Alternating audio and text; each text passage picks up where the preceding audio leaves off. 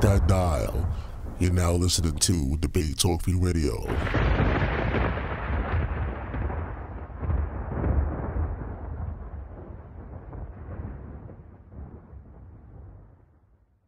Greetings! Welcome back once again. This is Imuna Yisrael, affectionately known as the First Lady for Debate Talk for You. We appreciate all the listeners, male and female, who support the Relationship Challenge and our newest edition and sister show, Under the Palm, Hebrew Women Speak.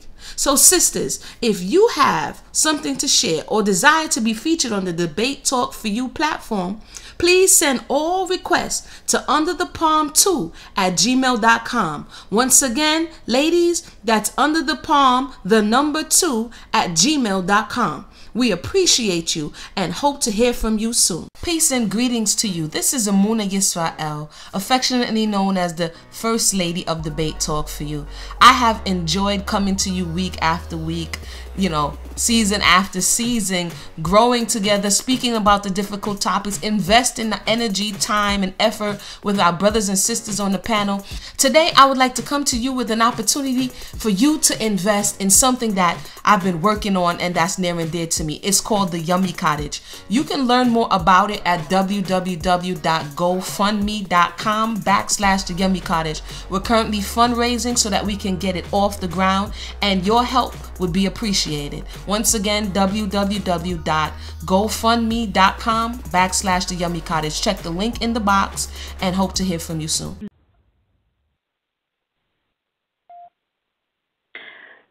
Lalato family, welcome to the 10th episode of Under the Palm, Hebrew Women Speak. I'm your host, MAYANAH. Thank you for joining us for this special edition of Under the Palm. Shout out to Imuna Yisrael for sharing the TRC time slot with us. We will be back next week for our regular night with our new topic for you.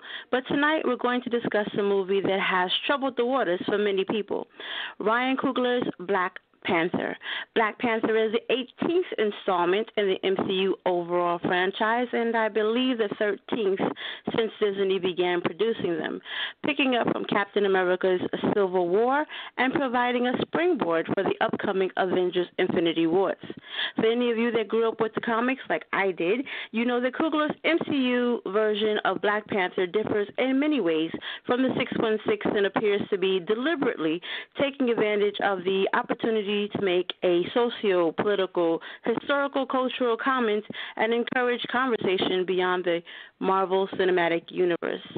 Tonight's show will not be just another dry movie review or one of those zealous clapbacks.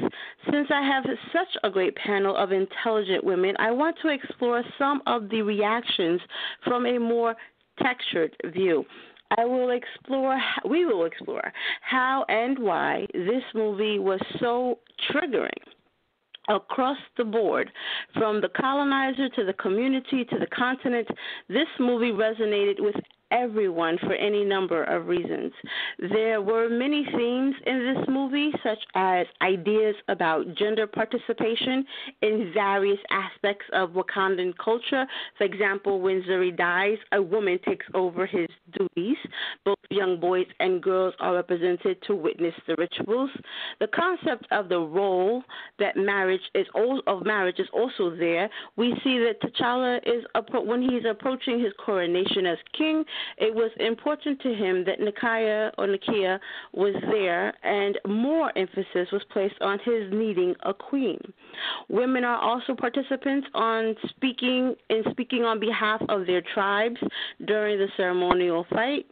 There is also the dynamic of loyalty between Okoye and Wakabi, just to name a few of the extremely long list of takeaways I have for this movie. Along the lines of gender representation, power struggles, global reimagining, parallels to Israel, parallels to the contemporary grievance in both the country and the continent. What reactions were solicited by not only the portrayals of different ethnic groups, but the roles they played in the movie. Finally, I want us to look at our concepts of villainy and who gets to emerge as the hero and to whom. We have a lot to cover and not a lot of time, so I want to do things a little differently. Instead of everyone waiting on me to call their name, I want to have a conversation that flows organically. After all, almost a dozen of our on-air conversations have passed, and we have developed a rhythm and are fairly respectful of one another. I want to remind the panel that although you will be jumping in as the spirit moves you, so to speak, please remember that if we begin to speak over each other, it sounds like a cacophony and confusion to the listening audience, so let's be mindful of that when we are sharing our thoughts. Only if it becomes necessary will I go back to the original format. So, to begin, let's go around the proverbial table and just give your name only so that we can get into this hot. You can begin with SHAN-T. Shalom, everyone out there. Sal, MAYANAH, Sister Only Love, Sister Angela MALAKAH. Are the mothers on? The EMAH host, YEHUDI, and me, if they're going to be on. Shalom to all. This is Sister SHAN-T. I'm ready to talk about this movie in the light that you've extended on that we're going to be discussing it. So that's what I have to say for now. All right. Welcome to the show. Welcome to the show, SHAN-T. Who else do we have on the panel tonight? Shalom, shalom. This is MALAKAH. I'm here. Oh, shalom. Welcome, sis. You ready for tonight? Oh, all praises to the Most High. I'm happy to be here with everybody tonight. I want to say shalom to the listening family and shalom to the other panelists that are here tonight, and a special hello to the EMAHs if they are on the line. Do we have any of our EMAHs on the line this evening? Your mics are open. Feel free to greet the people.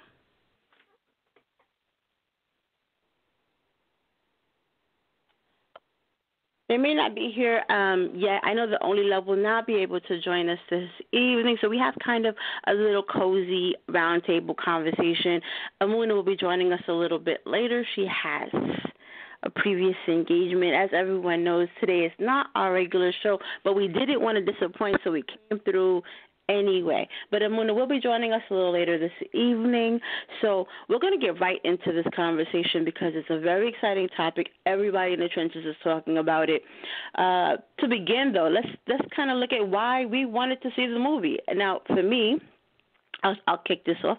I went to the movie probably just for spite, because I grew up on the Marvel Universe. I grew up specifically on X-Men, so my introduction to the Black Panther was via Aurora's, via Storm. And so naturally my critique of the movie is totally different and for different reasons than anybody else. But I went because it seemed to really upset the colonizer that this was a real movie. So just for spite, because I haven't been to the movie since I can't even tell you when, but just because it was like nobody wanted us to see the movie, I went to see the movie. What about you? Why did you guys see the movie? This is MALAKAH. I went to see it because I was just totally excited to see a 99% black cast on a big budget blockbuster scope. Let's see it. Let's see what's going to happen with this. And so for me, it was more kind of like, they gave this brother a big budget. This is the largest budget a black director has ever been given. And so I just wanted to see what he was going to do with it.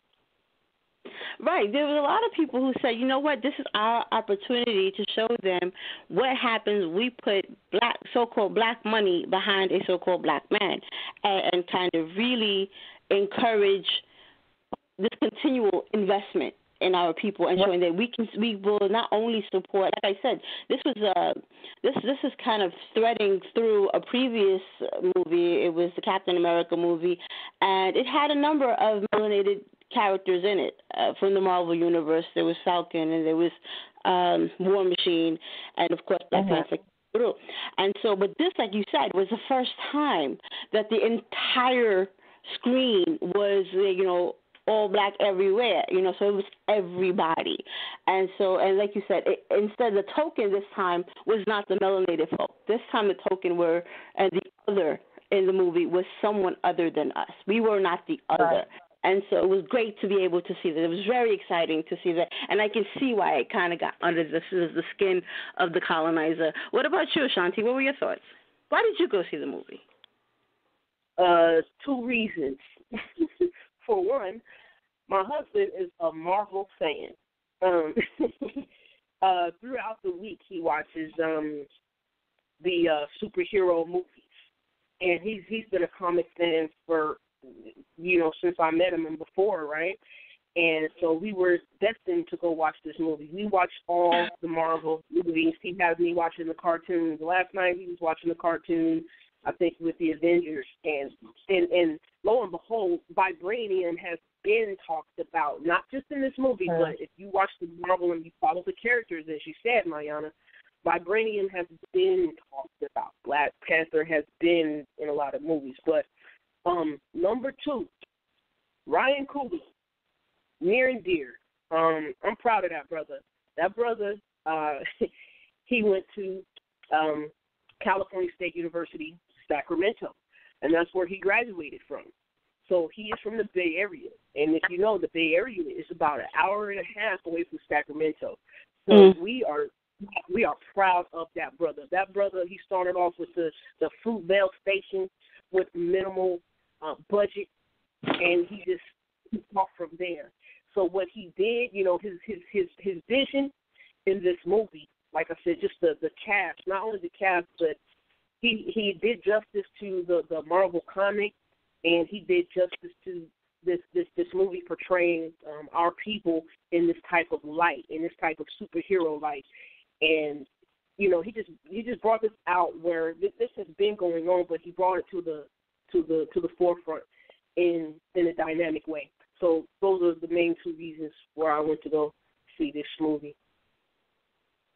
And I remember you telling me that your husband was already a Marvel member, such as myself, and so I was really curious to hear if he was able to pick up on. There's a lot of license that Coogler used. If you saw the cartoon, I assume you mean the BET version of the cartoon, the one that was done by BET, where Joe Scott was the voice of Storm. Is that the version that you saw? No, he watched another version. It's hard for me to keep up, Mayana, with him, Okay, because I know that's the one that everybody has been sharing all over Facebook, because all of a sudden they remember BET had a Black Panther cartoon, and I was just like, I'm glad they did that. Of course, they didn't share any of the episodes that I loved, but whatever. But there are differences, like really important differences. The differences of Killmonger, who emerges as like the anti-hero instead of the villain. He isn't in the original 616 universe. He is not royalty. In the original 616 universe, he was taken away as a slave from Wakanda. His parents were killed, and he was brought to America as a slave. Now, if that had been kept, then the last line, spoiler. If at this time we're still giving spoiler alerts, the listening audience has not been on their game. I'm making no apologies for spoiler alerts a month after the fact. Okay, so spoiler alert: at the end of the movie, he gives the I want to die like my ancestors. I buried me in the water like my ancestors, and that is a really important line. I really want to explore some of that, but I think that if we had kept him as not royalty, so I think it's important that Coyle makes that kind of artistic decision to make him royalty like T'Challa, and then kind of force a dynamic that isn't in the 616 universe, that only exists in this MCU universe, where there's this argument, this kind of dynamic of one type of royalty challenging the royalty of the Americas, challenging the royalty of the continent in this way. And there's a lot of really important kinship ties that happens, and I don't want to get ahead of myself. Like I told you before we hit the air, if you do not stop me, I will out for the entire show. So I'm going to maybe move this, push this a little forward, and give you an opportunity to kind of expand on, expand on some of these other concepts. So I mentioned in the opening that a lot of things having to do with gender representation, power struggles, global reimagining. So by global reimagining, we were able to see that people who have only experienced melanated people through media, and we forget that everybody isn't here. The people are in other places, and their only interaction with us comes from what they see, the images on television, and what they have heard about us. So there were all of these interviews, these melanated people who live in these Asian countries, for example, asking if their impression or their understanding about who we are, if that was affected or if it changed in any way. It was really interesting to hear them all say yes. And these people who had already had broader experiences were really affected by these images on the screen in this reversal kind of way, because originally their original ideas came from the screen, and so I want to say it almost makes sense that their change of mind happened also from watching different representations on screen, which is what makes Malakah's comment about seeing almost a 99% cast in these various roles of empowerment and still being melanated people was a very important comment. And we have some people in the trenches saying things like, well, if you needed to have that on screen, something is probably wrong with you. And so I do want to explore some of these ideas of what's triggering, where there are injuries. For me, a lot of these comments reflect that there's an injury in the community, and that this movie has given them an opportunity to discuss and explore them. So I'm going to put down the mic and kind of ask you ladies, what do you think about this global reimagining or even the domestic reimagining? Did we get to reimagine ourselves in these spaces because of Corlier's artistic kind of license that he is taking? What do you think about this global reimagining? Is it important, and the like? So whichever one of you want to take the question, sisters, the mic is yours. This is Malakah. I would say that I think it's extremely important for us as a melanated people, that the paradigm through which we've been seen, it has been shifted. To that whether you like this movie, you hate this movie, whether you think people are stupid for going to see it or not going to see it or whatever, you can't deny that there has been a paradigm shift concerning melanated people in regards to viewing us on the screen in this light. I was watching an interview that was done in Busan, South Korea, and they were speaking with Asian, South Koreans, and asking them what their perception of melanated people in America was prior to the movie, and they were saying, we see them as thugs, we see them as poor, slaves, and so then they asked them, so does this movie change your perception? And they said, yeah, absolutely. Now we see them as heroes and cool. And I think that's very interesting, because in South Korea we know the appreciation for R&B music and even hip-hop music, but yet that hadn't changed their perception of us. It was seeing us on the screen with a specific light being cast on us that changed the perception. And so I think that's the power of visual representation. And, when we talk about global reimagining, I think, too, in terms of all the little girls, all the little dark-skinned melanated girls who are having an opportunity to see these beautiful, deeply dark melanated women on the screen being shown as beautiful and powerful kingdom. That's priceless. And yes, if some people would say, well, if you need to see that, something's wrong with you, and I would submit that there is a healing that is occurring on some level from being able to see these images on the screen. Because for so many years we've been denied these images. We've been denied humanity. And so to have others see us and affirm our humanity and the dignity of who we can be as a people, there is healing in that. And it's not weak of us to receive the healing. I refuse to accept that it's weak on our part. Enjoy and embrace that experience of feeling affirmed. I think that's human. And with that, I'll yield. I think it was a great point. So, Shanti, what would you say?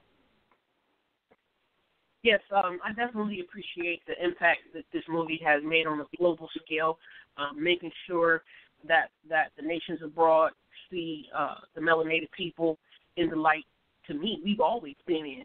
Hollywood seems to be the driving force for things to be. Whoa. We got an emergency broadcast. I've muted that. My apologies. Continue. It's all good. Hollywood seems to be the driving force in that it's not intentionally meant to be, but it seems we need to have Hollywood screen us to validate what's been going on and what's already going on. On a scale globally, for now, I'll say for now, it puts us in a positive light. It's good to see melanated people be shown as superheroes. We've always been shown as superheroes. We have superheroes other than basketball players, football players, track stars. We have more heroes. Yeah, and go ahead. No, but I'm sorry. Continue your thought, and then I'll speak after. Oh, okay. Yeah, we have more heroes than hip hop celebrities. We've been doing these things, and sometimes like I say, for now it points us in a positive light. Now, I just hope that this continues. I hope that the impact that is made is not an impact that will wear off in the next few months.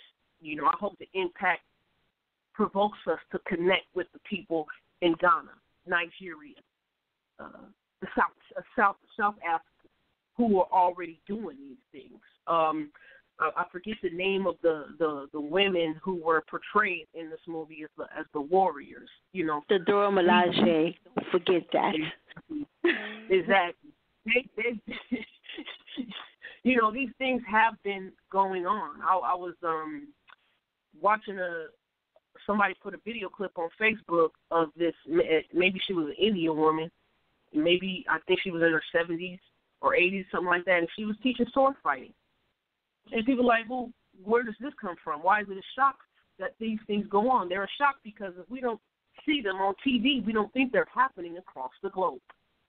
And I do appreciate Hollywood, now because, Hollywood is the driving force. And I appreciate the Internet because with the Internet, we were able to see these clips.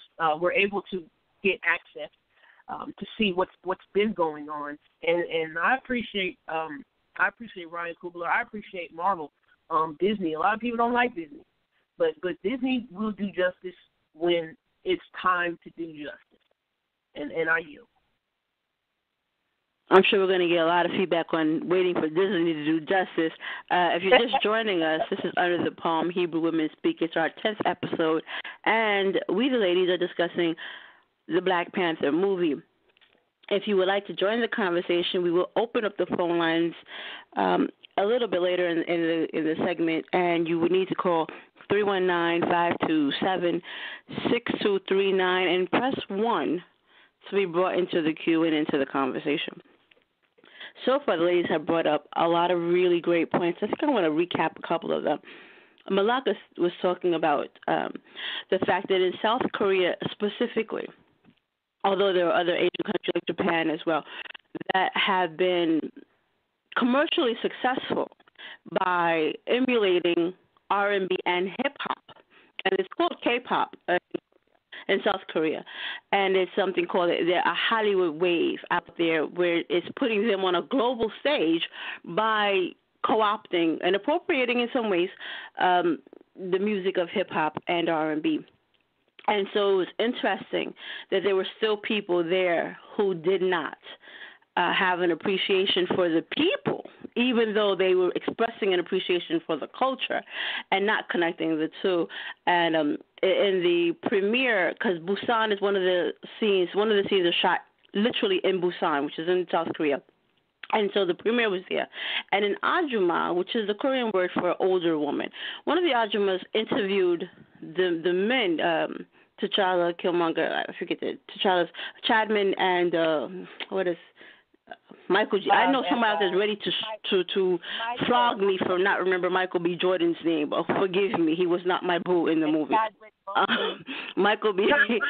Jordan was there, and T'Challa, Cadman, and they were asking them to dance and how did they play basketball instead of these other questions, because the older generation in Korea still does not know, even though the younger generation was completely appalled by that. But there was still that divide between what, in terms of understanding who we are as people here and not just caricatures of okay, so this is just my phone letting you know that everything about my signals are also in Korean. That's it. That was actually Korean for you have a message that you just heard. My phone telling me. And so the reason, obviously, that I know these things, I'm very much into cross-cultural everything, and so I know these Korean things. And so I think it was very important that Malakaah brought that out, that in Korea specifically where this movie is shot, that there were still people who did not understand us as humans, as contributing members of global society, even though they were, to a very large degree, profiting off of the culture. There's also, during that premiere, like the entire audience was flooded with young women. And so the Ajuma asked Lupita to give the women some advice, because suddenly melanated women were understood as beautiful. And all of these young girls were like, she's so beautiful. And to give some advice to this woman. This idea of melanated feminine beauty becomes front stage. And I think that probably goes more under this kind of gender representation that we do want to explore. But because we're talking about South Korea and because we are talking about a space that really was represented in the movie, and Lupita interacting with some of these people, saying that she had been there before, it's interesting to see how they got reimagined. Sister Shanti brought out Hollywood, and I think both sisters spoke about the validation factor. Although there are people in the trenches that would be upset that Hollywood has that kind of influence or is showing this kind of influence now, to be fair, Hollywood and other media representations have done a lot to diminish what the concept of beauty, purpose, validation has been, not just for those global imaginings and other spaces, but even how our young people have understood themselves. We don't have to go too far. There was that doll study where young melanated children equated good with the colonizer's complexion and bad with their own. That has to do with media images. That has to do with the politics. That has to do with everything that Hollywood had to do with those things. So for Hollywood to undo that isn't, completely ridiculous. It's not completely absurd for Hollywood to have that kind of responsibility towards repairing some of the damage that they have been not complicit, but in directly responsible for. To hold them accountable for those images, to allow a young melanated director to write, to help write and to direct something that sends a different message, is an important event that we don't want to spend a lot of time criticizing and looking for the boogeyman of these things. Don't forget that it was Hollywood that gave us Birth of a Nation, where all of a sudden our men were being hunted down. These are just images on screen. These images, negative images, that made it all the way to the White House when the colonizer was speaking against our men. And then we see that the powers that be got involved when Nate decided to give us another version of the birth of a nation. So we don't want to, I say all that just to say we don't want to underscore or try to downplay the importance. It's not that we need affirmation from Hollywood, but Hollywood should be held accountable. Yeah, like we could call that emotional reparations. I like that. I like that. We got cinematic reparations in that, right? We want to encourage that. I know that we have a caller. Ladies, we have a caller. Do you want to take the first caller, or should we have them listen to us a little bit longer? Well, take the call. Take the call. All right, so let that caller through. Welcome to Under the Palm, Hebrew Women Speak. As you can hear, hey, shalom. Yeah, I just had shalom, peace, and blessings. All praises to the Most High God, the God of Israel, the God of Jacob, the God of Daniel, the God of Joshua, the God of Daniel. Yes, I have a quick scripture I would like to read. It's Revelations 21 and verse 8, and it says, "But the fearful and unbelieving and the abominable and the murderers and the whoremongers and the sorcerers and idolaters and all liars shall have their part in the lake which burneth with fire and brimstone, which is the second death." So this Marvel comic stuff is sorcery. Okay, so if you're partaking in this sorcery, if you call yourself to be Israel, the reborn, the regenerated Israel, according to the scriptures, you shouldn't have no part with anything that's doing with mind manipulation, controlling, sorcery. It's abominations unto the Lord thy God, and you will be judged according to such. And the women on the panel, you should be guarded from the things of this world. Hollywood is the Antichrist spirit. Okay, Disneyland is the Antichrist spirit. Disney World, anything Disney is about the devil. Okay, so we need to be able to separate, okay, from these things that are in this world and be holy and kadosh, okay? And I would admonish the women to be kadosh. That's something specific. Before you admonish the women, do you have something specific in the movie that you want to critique? No, I rebuke the movie in the name of Jesus Christ and in the name of Yeshua Mashiach. The whole movie, you just have a general, I don't like the movie because it's a cartoon and it has magic and it offends you? Sister, it's sorcery. It's sorcery. Okay, yes, so okay, it's sorcery. It's mind manipulation. It's not real. There's the only super. It's real. The only super. It's just Mayana. I have one question. If somebody's going to say it's sorcery, please give a definition of sorcery, and please give an example of sorcery in the movie if it's lined up with the definition, biblical definition of sorcery. I yield. You need to repent, sister. You need to repent, okay? That's the Bible, okay? Of you what? Know what sorcery is. It's mind control. It's, the Bible says, I suffer not a witch to live, okay? No warlock. All movies mind control? All movies mind control or just this one? Which one of us has said anything about participation in witchcraft or sorcery or any of the like? You are coming in and making an argument that no one on the panel would disagree with. So which one of us spoke to sorcery, mind control? I mean, which part of the movie controlled your mind, sir? Look, you're going in there and you're trying to say you're admonishing Hollywood for putting forth this melanated movie. Okay, every person has melanin in their skin. Okay, you would be like glass or see-through if you didn't have melanin in your skin. Okay, the heavily melanated people would be the Africans. Okay, the so-called African. Okay, you sound like you're changing the subject. You have a problem with the use of the word melanin. Are you just calling to complain? Yeah, no, the sisters. Okay, there's a lot of people listening to this show. Okay, correct. And what I'm trying to say is this show shouldn't be putting forth Hollywood and praising Hollywood and Disney, okay? And no one praise Disney.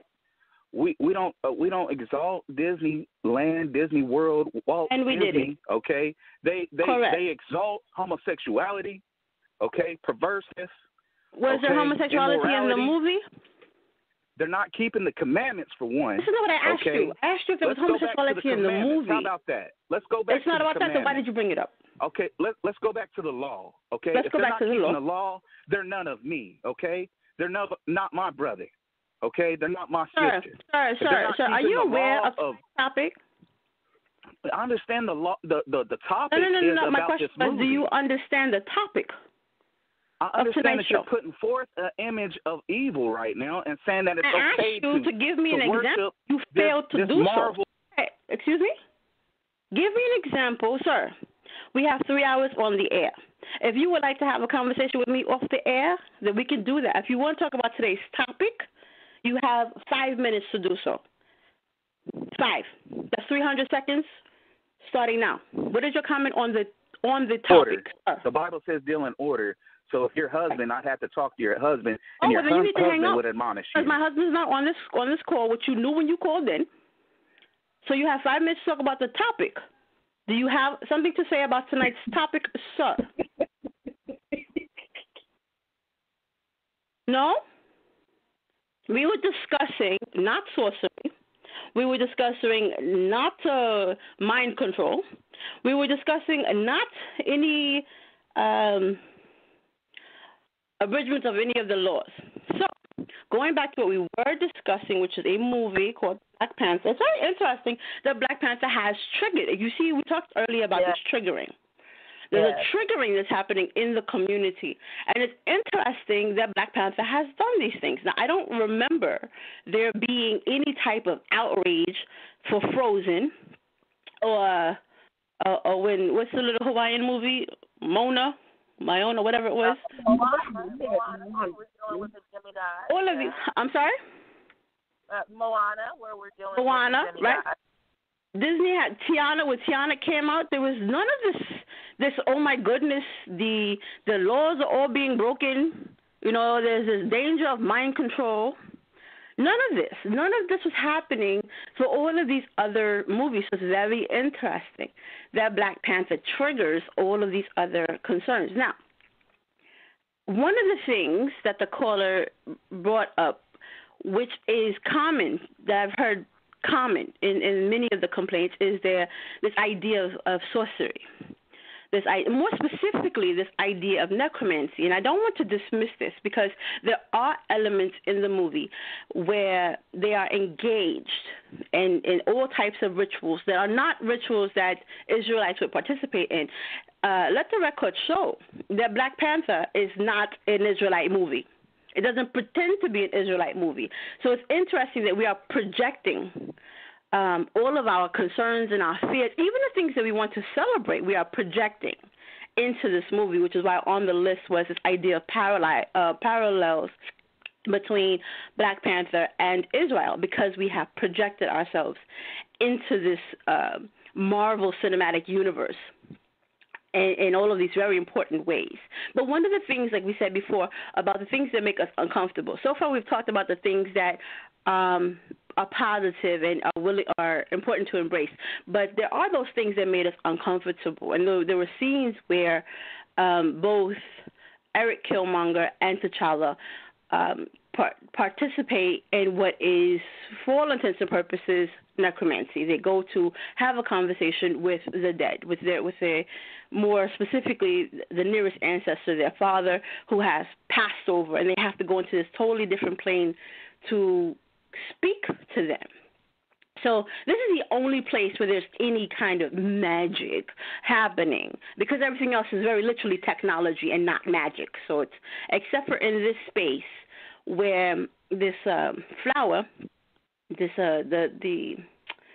flower gives the men this ability to go and speak to an ancestor, which for our Hebraic sensibility is a huge no-no. I don't know which Israelites saw that and said, oh, that's cool, let me participate in necromancy. Which one got mind control over that? But let's say there was somebody who did. I don't know any who saw a Marvel movie and decided to participate in necromancy, but it is a feature in the movie. So what are your thoughts about the fact that this ritual is represented in the movie, and what are your thoughts about how that might affect an audience of righteous people like Israel, or those who might be impressionable, and then it's not a Hebraic concept at all. So what are your thoughts about this very non-Hebraic concept being in a movie that Hebrews are watching and talking about? I'll speak. Yeah, go ahead. Okay, I'll speak. I'll make it real quick. Rituals. They go on in different continents and countries. This movie just made us aware of a type of ritual that's happening in another country for a culture of people. And to me, I'll just make this quick. To me, when you understand there's different cultures, you understand there's different people around the world that do things a little bit different from you, even though sometimes they're presenting in the same motive or reason, but the way people go about doing things is a little bit different. So I didn't mind seeing it. I just like to be made aware of things, because a lot of times it provokes me to study and see about other cultures. And sometimes we could see our original ancestors' culture. We could see a few different elements that come from areas that were incorporated into certain rituals that we have now. You know what I mean? So I appreciate seeing those things. It just made me aware. I'm provoked to learn and study some more. So I yield. Malakah, you want to add anything to that? Yeah, I would just say that I think because we live in a system that is basically designed on things that are anti scripture. If you go to a college, you're going to take classes where you're going to hear a lot of things that are anti. They're not going. They may even be some things you hear that are anti-Christ, and you can be sitting in a seminary and hearing these things. If you go to a public school, you're going to be presented with information or history that is absolutely lies. If you go to a workplace, you are going to be subjected to people who are coming from all kinds of belief systems and paradigms. I worked with a woman who was a professed witch, and I was required to speak with this woman, and I was required to interact with this woman. And, some would say, well, you could have just quit that job and went to another job. Okay, so then the next job, the person just doesn't say out loud they're a witch. You know what I mean? So I just think that nobody on this panel is glorifying Disney, glorifying Hollywood, or glorifying the movie. We are simply saying there are takeaways. There are things that can be analyzed and things that can be learned from what we observed in the movie and what we are observing regarding the impact of the movie. If we are sitting in a place where we can't observe and we can't learn because we're so fearful, the scripture says that if you are a believer in New Testament scripture, it says that he that's in me is greater than he that's in the world. So if I'm not going to participate in necromancy, I'm not going to die or self-combust or explode because I saw necromancy happen. That's my personal relationship with the Most High is what grounds me. But I still have to live in this place, although I'm not of this place. I have to live here, and I have to learn, and I have to survive, and I have to progress. We're told to maintain, to stand. So I don't understand this thinking that says that we have to put ourselves in a bubble and not be aware of what's going on around us, whether it's a movie or a song or a policy or a political event. I just don't see that as being scriptural. We're not to participate in the doing of these things, But that doesn't mean we're not to know that these things exist and what to make of their existence. And with that, I yield. I think those are great points because it is a valid statement to say that in Black Panther there are these images of people doing things that they ought not to do by any Hebraic standards. Right. But to not understand that these are not Hebraic people, and even I'm going to say a couple of things. One, like you said, these are actually these rituals or rituals like them are happening in other cultures. Pretending that they're not, or saying that we cannot be exposed to the information, is weird. Just to be polite, it's weird to say that we need to be shielded from reality. That, like you said, Israel existed in a bubble and has no idea about what's going on in these other cultures. It's very obvious that Israel knew throughout the scriptures. Israel knew that other nations participated in any number of rituals, any number of things, and the Most High told them not to pretend they weren't there or not to look or not to share cultural areas, but to say, don't do those things. We weren't supposed to pretend that we just didn't participate in them. We shared, this is something called culture area. We had shared culture area with any number of different nations that participated in any number of activities that we did not participate in, and not because we didn't know about them and not because we weren't exposed to them, but because we knew not to participate in them. That's the first thing. The second thing is I submit the following.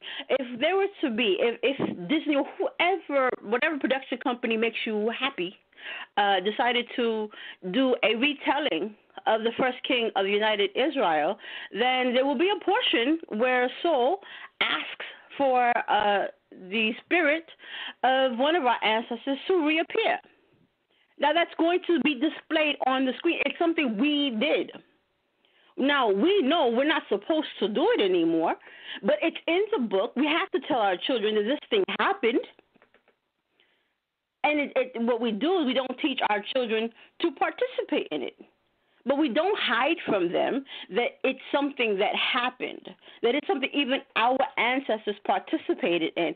I will also submit, and I know that there will be a number of specifically Messianics, and probably that caller, that doesn't like to hear this, but if it were to be seen on screen, what Christians have recalled the Transfiguration are ancestors being summoned to there are ancestors that appear on this mountain, and the New Testament Messiah has a full-on conversation with them. These are our dead ancestors.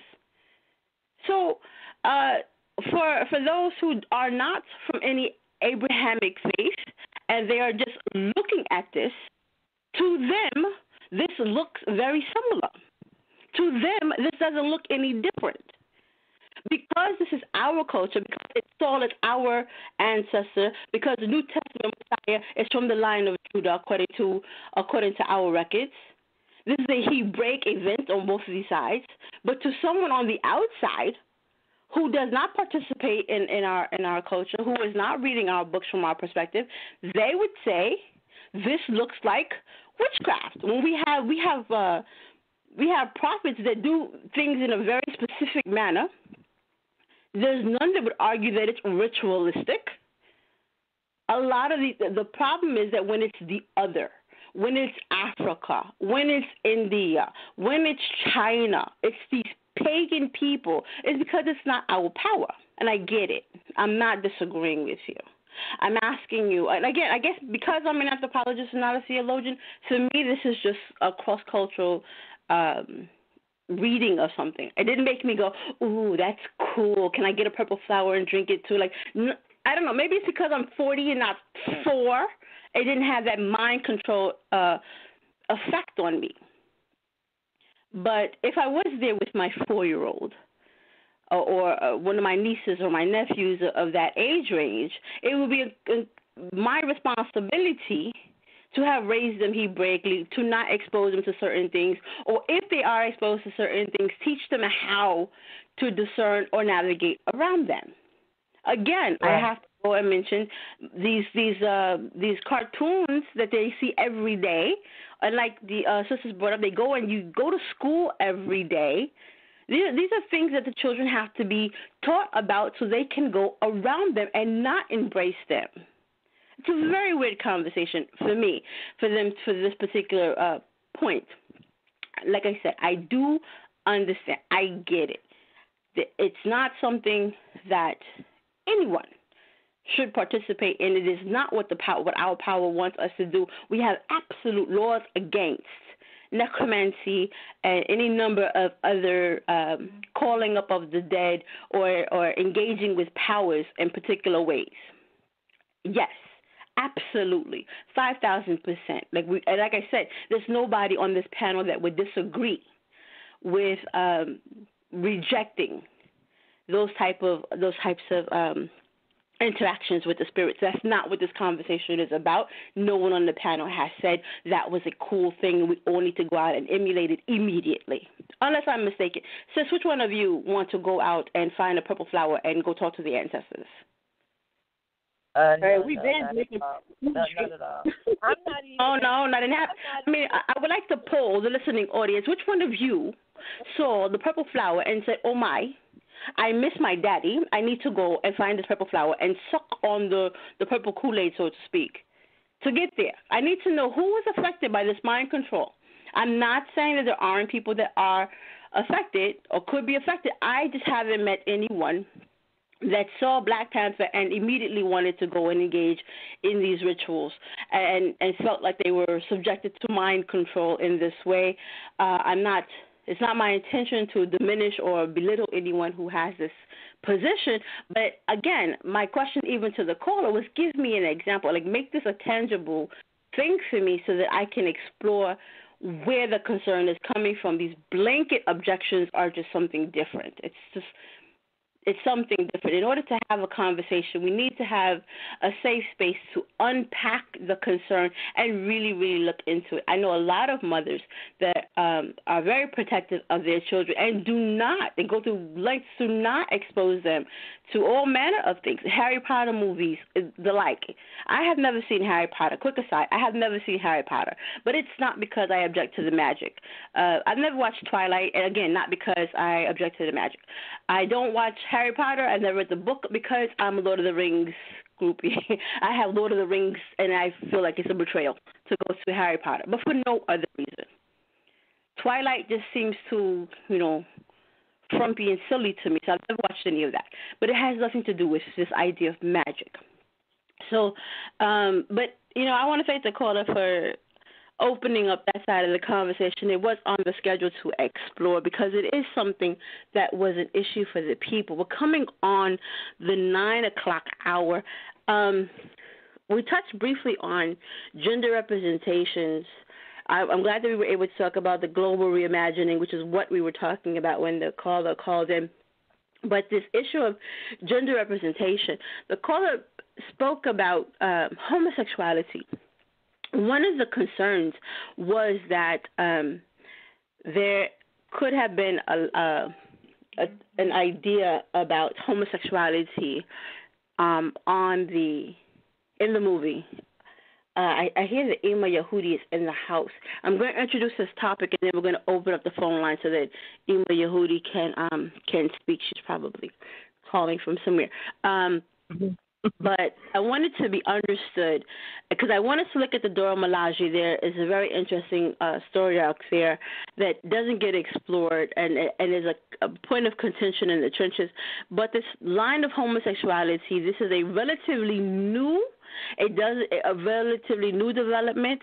It doesn't exist. It does not. I need to emphasize, does not exist in the 616 universe. It does not in the original 616 universe. It is not something that would happen in the Dora Milaje. I will discuss why it's not something that would happen in the Dora Milaje a little bit later when we talk about the different dynamics between the ideas of marriage. And we'll look at Okoye and Wakabi. We'll look at Tashala and Nakaya. We'll look at Nakia. We'll look at all of these things after we hear from YEHUDI. YEHUDI? Shalom, shalom. Shalom, Ima. Thank the Most High. Oh boy. I said I was going to listen because I wanted to really hear the comments from the people that called in.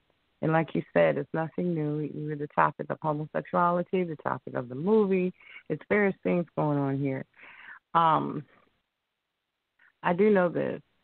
We know it's wrong, but in this country that we live in, you know, we cannot execute the law because we're not, we know this, we're not in the land. We can shun them. We not have anything to do with them, but the dynamics is they've been integrated in the church. They're now being accepted worldwide. So we can examine that. And what's this phenomena of now all of a sudden there's a someone mute their phone. Can't hear. There is like with the nation accepting it, children. It's a word I can't think. My mind is blank. With children, sex with children, et cetera, and so forth. We have to examine where this country is going. What does the scripture say? How do we live by these laws, et cetera, and so forth while we're in this land? And what to look for in terms of when we're teaching our children and having some exposure to what the truth is. You know, so there's so many things to cover on that, but I'm going to stay silent because I want to listen overall some of the viewpoints and through the scriptures of what it said and how we can tackle these issues. Shalom. And thank you so much for calling in. Thank you so much for that. Mm-hmm. We're going to find that, and it's very interesting that with this particular movie, we want to tie. So we have all of this desire to tie Israel to this movie, and I get it, because this is like Sister Malaka said in the beginning. This is one of the first opportunities where we get to see so many melanated people on the screen at the same time. Since I said melanated again, this is something to call her, but this is a very funny argument. Okay, listen, melanated, since I don't even know, I can't even remember when it was coined to refer to the non-European peoples. That was something I didn't make up, and it's not a scientific term. It's not talking about the chemical compounds of anyone. It is as a social term, and it's meant to mark non-European people, the non-colonizers. The argument that all people have melanin, let the record show. I'm going to go on record because I'm so very irritated by this argument. First of all, not all people have the same type of melanin. Let's begin there. So when a group decides to use this term, again, not as a chemical designation, but as a community designation, that is what it is. What we are not is black. For very obvious, I think there are obvious socio-political reasons, there should be more of a concern using these designations of black than this idea of us using melanated. And so if there's anybody in the listening audience that would like to have that conversation with me any day of the week, please contact South Showtime, and you and I can sit down and have this conversation, because guess who's not going to stop saying melanated? That would be me, hands in the air. Okay? So if that is a bee in your bonnet, please contact Sal, and we can have that conversation. For the rest of the show, you will hear melanated, and probably for as long as UTP is on the air. We shall move on. So we were talking about gender representation. We were talking about this idea of homosexuality. We were talking about how women are viewed in the movie. Give the listening audience a reminder, you are listening to U.T.P, which is Under the Palm, Hebrew Women Speak. Mayana's a little turned up this episode. I'm sure you're like, what's going on, Mayana? I'm going to try to do a little regathering. If you want to call in, that number is 319-527-6239. Press 1 to speak. Don't be discouraged. I promise not to bite. Call in. So, sisters, what are your thoughts about how the women are represented? I mentioned two things. I want to mention more when we talk about these other dynamics. But Zuri, who was the high priest, the one who administered the vibranium. We have two callers.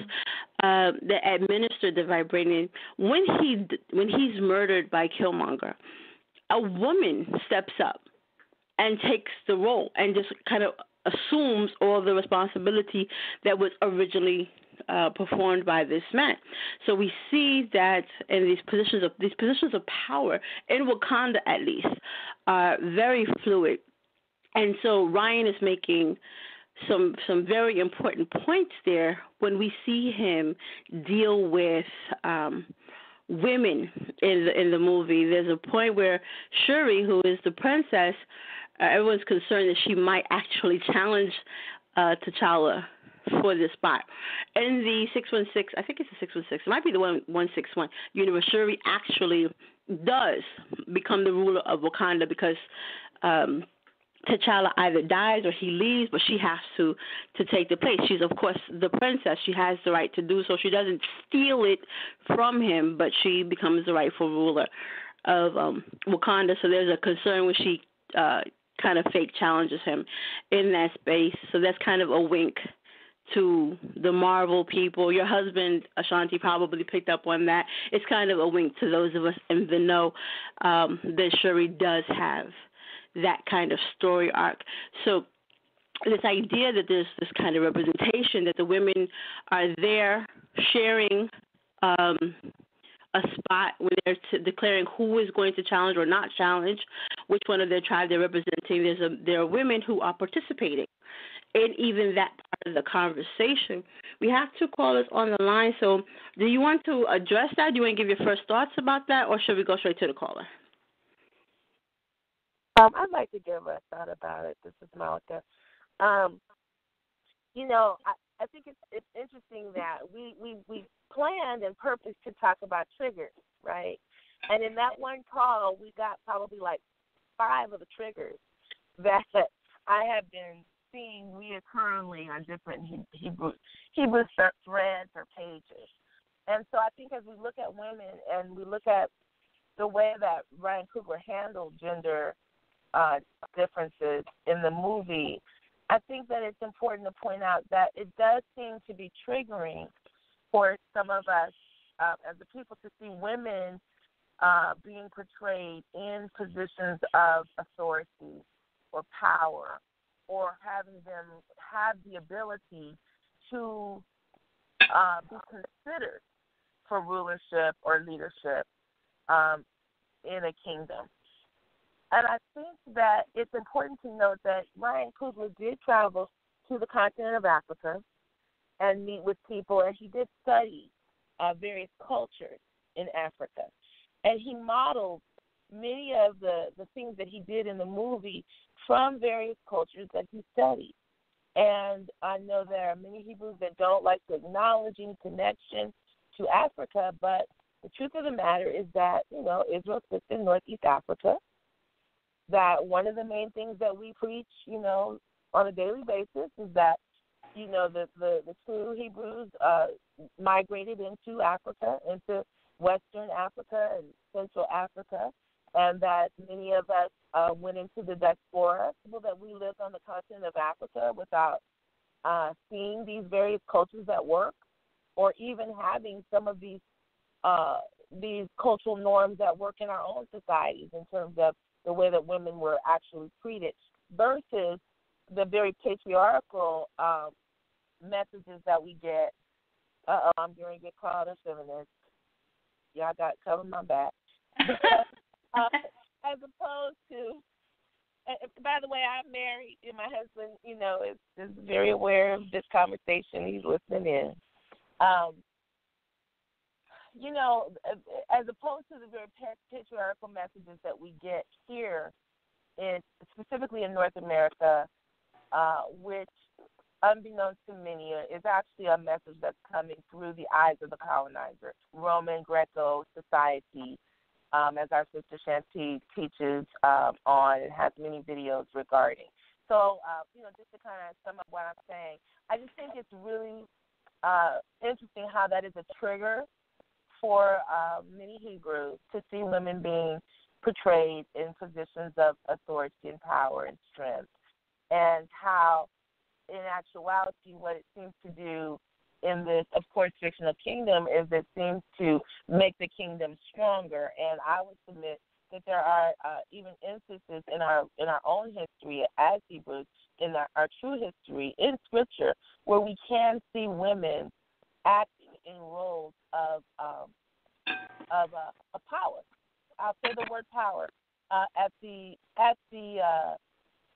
even though I might be martyred for saying the word, but I will say the word. The Scripture does show women in positions of power. That I'll yield.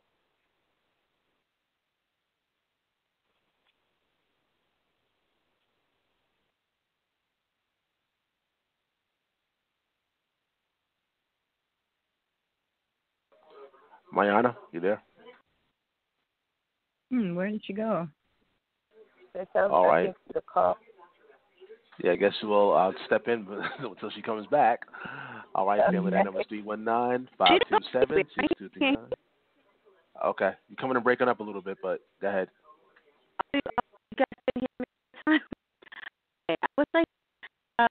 You're breaking up. Yeah, you're breaking up. Pretty much breaking up. Yeah, you know what? Just call back because you're breaking up a lot. Call right back in and we'll bring you back in. All right? Okay. Yeah. All right, family. Once again, it's Under the Palm, Wakanda Forever. It's the title of this show. The number to call in is 319-527-6239. SHAN-T, anything you want to say before we go on? Yeah, I do want to say something. I'm going to say this to the caller and anybody else out there who has that mindset. That was a shot. That was a shot at us sisters. I asked for a definition of sorcery, asked if presented any type of sorcery, and there was just a lot of rhetoric.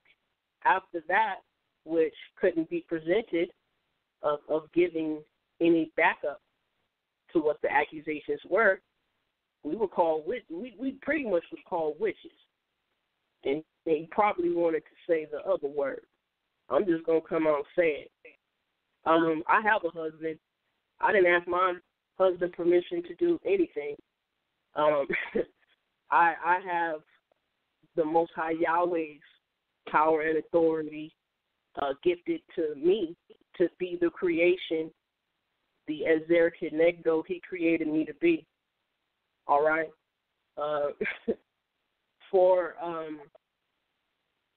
what Mayana asked, talking about these triggers, we have people for and against the movie, and it represented different things to different people. And one of the triggers was seeing the women in this type of light.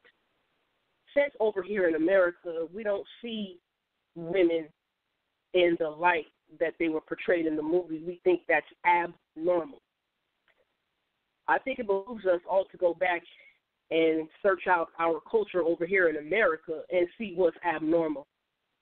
Because what has been known as abnormal before is now known as normal. And what's known as normal is now abnormal. We have done it upside down in this world. We have definitely done it upside down. I will tell you right now, I got a great communication, and that is from my husband. If anybody comes in our house, an intruder, and if he goes down, he said, "I best to get to bucking, because I have his legacy to uphold and continue." See what I'm saying? If anything happens to him, I'm responsible for whom he has left, and he has a child. It is up to us to see. It is up for that, SHAN-T. And thank you for making sure we had conversation going. We do have a caller. It sounds like, we'll probably get a lot of emails, a lot of comments. U.T.P sounding kind of feminist right now. But that's all right. We appreciate your feedback. Caller, you're on the line. You're on the air. Caller? 347-303. This is Sister Aisha. Shalom. How you doing? Hey, Shalom, sis. Welcome to the conversation. I am just enjoying the call. A few things. I did see the portion in the movie where the characters took part in necromancy. That seemed to be something of that culture per se. I don't see the connection with being an Israelite. I didn't, and Mayana, you brought up a valid point. When my son was young, there were times when he wanted to see certain Harry Potter movies, and I allowed it. However, I never really had a problem because I did discuss these things with him, certain things that we didn't do and weren't our beliefs beforehand. So, and I explained to him that, certain things you're watching is just entertainment. It's not necessarily for you to take on thinking that this is the way to be, or thinking witchcraft or sorcery or whatever is the way to be. I think the problem is with a lot of Israelites is that you have to be able to discern. And when you're able to discern properly, you don't necessarily have to be influenced by things that you see in movies and television. I think that the sad thing regarding this particular film is that a lot of our people who are seeking answers and don't really have the truth, they tend to take the film as some kind of prophecy about our people. And even I've heard a few Israelites with it, this is a prophecy, oh, this, that, and the third. The movie was good, and kudos to the director, the writers, everyone, and the creativity of it.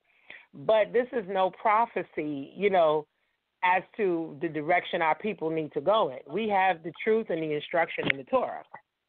Another thing is the women in the film, their role was quite befitting. And I'll say this because women in our culture and in other cultures, they have held up the banner of many of movements and have been there to fight and even sacrifice their lives for plenty of movements, plenty of countries, whether they've served in military or not. Women have, even in our history, when we look at Esther and, Deborah and some of the women in the Torah that made sacrifices so that our people will live and stopped our people from being destroyed. So we have to take into account that the Most High in the Torah and in real life uses women to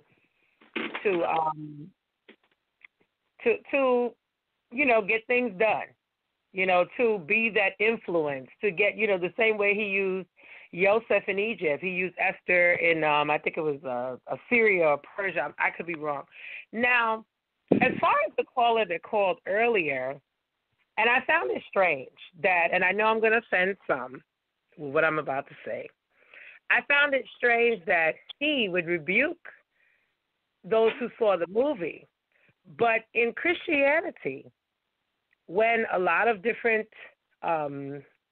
what you would call denominations of Christianity do the first communion, where they have the wine, they have the wafer, and they say this is the blood of such and such, this is the body of such and such, which is similar to necromancy. And it is calling on the spirit of something other than the Most High. And I know I grew up Roman Catholic. They do it. And I've seen it done in other denominations of Christianity. So I find it rather ironic that a Christian or a JC believer would actually talk about witchcraft and warlock or sorcery, because some of their same practices in their churches are quite similar to what you would see in that movie. And I'm going to leave it there. Dehu. I think that's a topic. I think that's an interesting point. I think I brought up part of it myself, and it's probably something we can explore in another conversation. Here, I'm pointing out is that some of the Abrahamic traditions that we have, and even some of the texts that we subscribe to, if viewed by an outsider, would look the same. The metaphor or the analogy, or however we want to frame taking the body and the blood, that would look the someone else. The language would. So not to say that person or those people or that culture would be necessarily correct, but it is important to have that kind of introspection and that kind of self-awareness that our. Yeah, Mayana, you kind of breaking up again. Yeah. Okay, I'm not moving. I'm in the same place. All right. Hearing up at all? Keep going. You sound good right now. Keep going. We sound good? Okay. And so just to kind of be aware, but since we keep talking about the women, I want to give a little context because I haven't seen the context mentioned anywhere else. And I want to introduce it here. The Dora Milaje in the 616 Marvel Universe, the reason there is a Dora Milaje is this is a group of women who are being trained in a specific way because all of them are potentially, how can I put it? Essentially, the Dora Milaje is a bride pool for the king of Wakanda. Any one of them at any given time could be elevated to the status of queen. He picks his queen from this pool of women. So these women are all essentially the brides of the throne or brides in waiting to the throne. They're not just this random group of Amazonian-type women who just pick up arms and do this, what can be perceived as a very masculine role, this role of violence, this role of military participation. They're not doing it in the same vein as, say, the war dogs are. And for those of you who are paying close attention, there's a military platoon called the War Dogs, and Killmonger or Eric Killmonger or Michael B. Jordan's character refers to them when he says that we have spies in all of these other places. So in all of these foreign spaces, the men have been dispatched, this war dogs, they have been dispatched. But the domestic warriors, these women, they're domestic keepers. They are protectors of the home. They're the protectors of Wakanda. They're protectors of the throne. The ones that are sent out are the war dogs.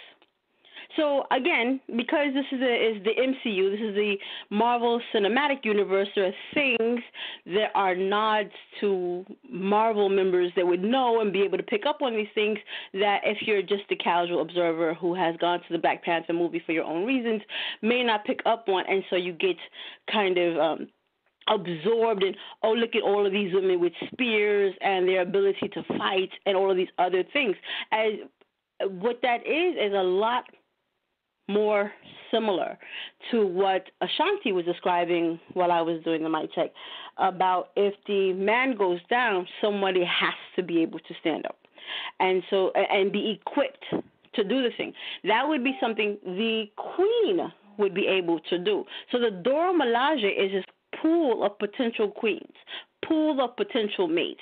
That's why earlier in the introduction I brought out that when T'Challa is facing coronation, his time to become king is nearing. It becomes more imperative, more emphasis is placed on this need for Nakia to come home, for her to be there. Many African traditions, for those of you who have studied outside of your block, know that to be king, you could not be single. The idea of being an unmarried king would not be something in any other culture. This idea that if you're going to be a regent, if you're going to be king, you need to have a wife first. And the reason there is, again, very practical. It has to do with the king has to be able to have a lineage. They have to be able to procreate. So securing a queen is part of becoming king. And you see this very subtle, I get it, it's subtle emphasis on now this King T'Challa needs to have this queen around. We need to know who he's going to be with. And so I wanted to give a little background on what the Dora Milaje was, how it functioned, what its counterpart was.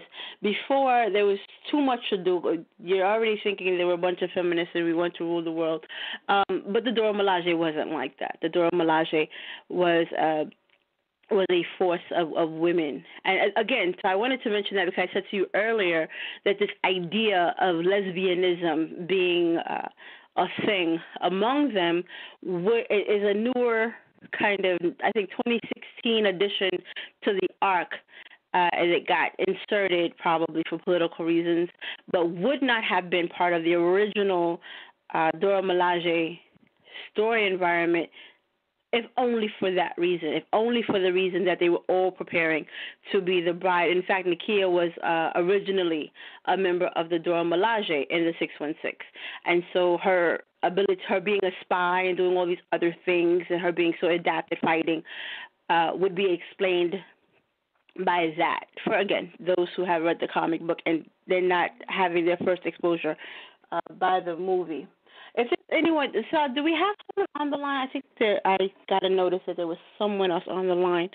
If we have another caller, you can go ahead and put them through. If you know what, let's go to the next question before we bring in another caller. There were these issues of power struggles. Sisters, do either of you want to build more on the Dora Milaje, more on the woman warrior trope that we see here, some of the ways that women may have started to attach themselves to perceived messages of empowerment or the like based on Dora Milaje, the women of the Dora Milaje?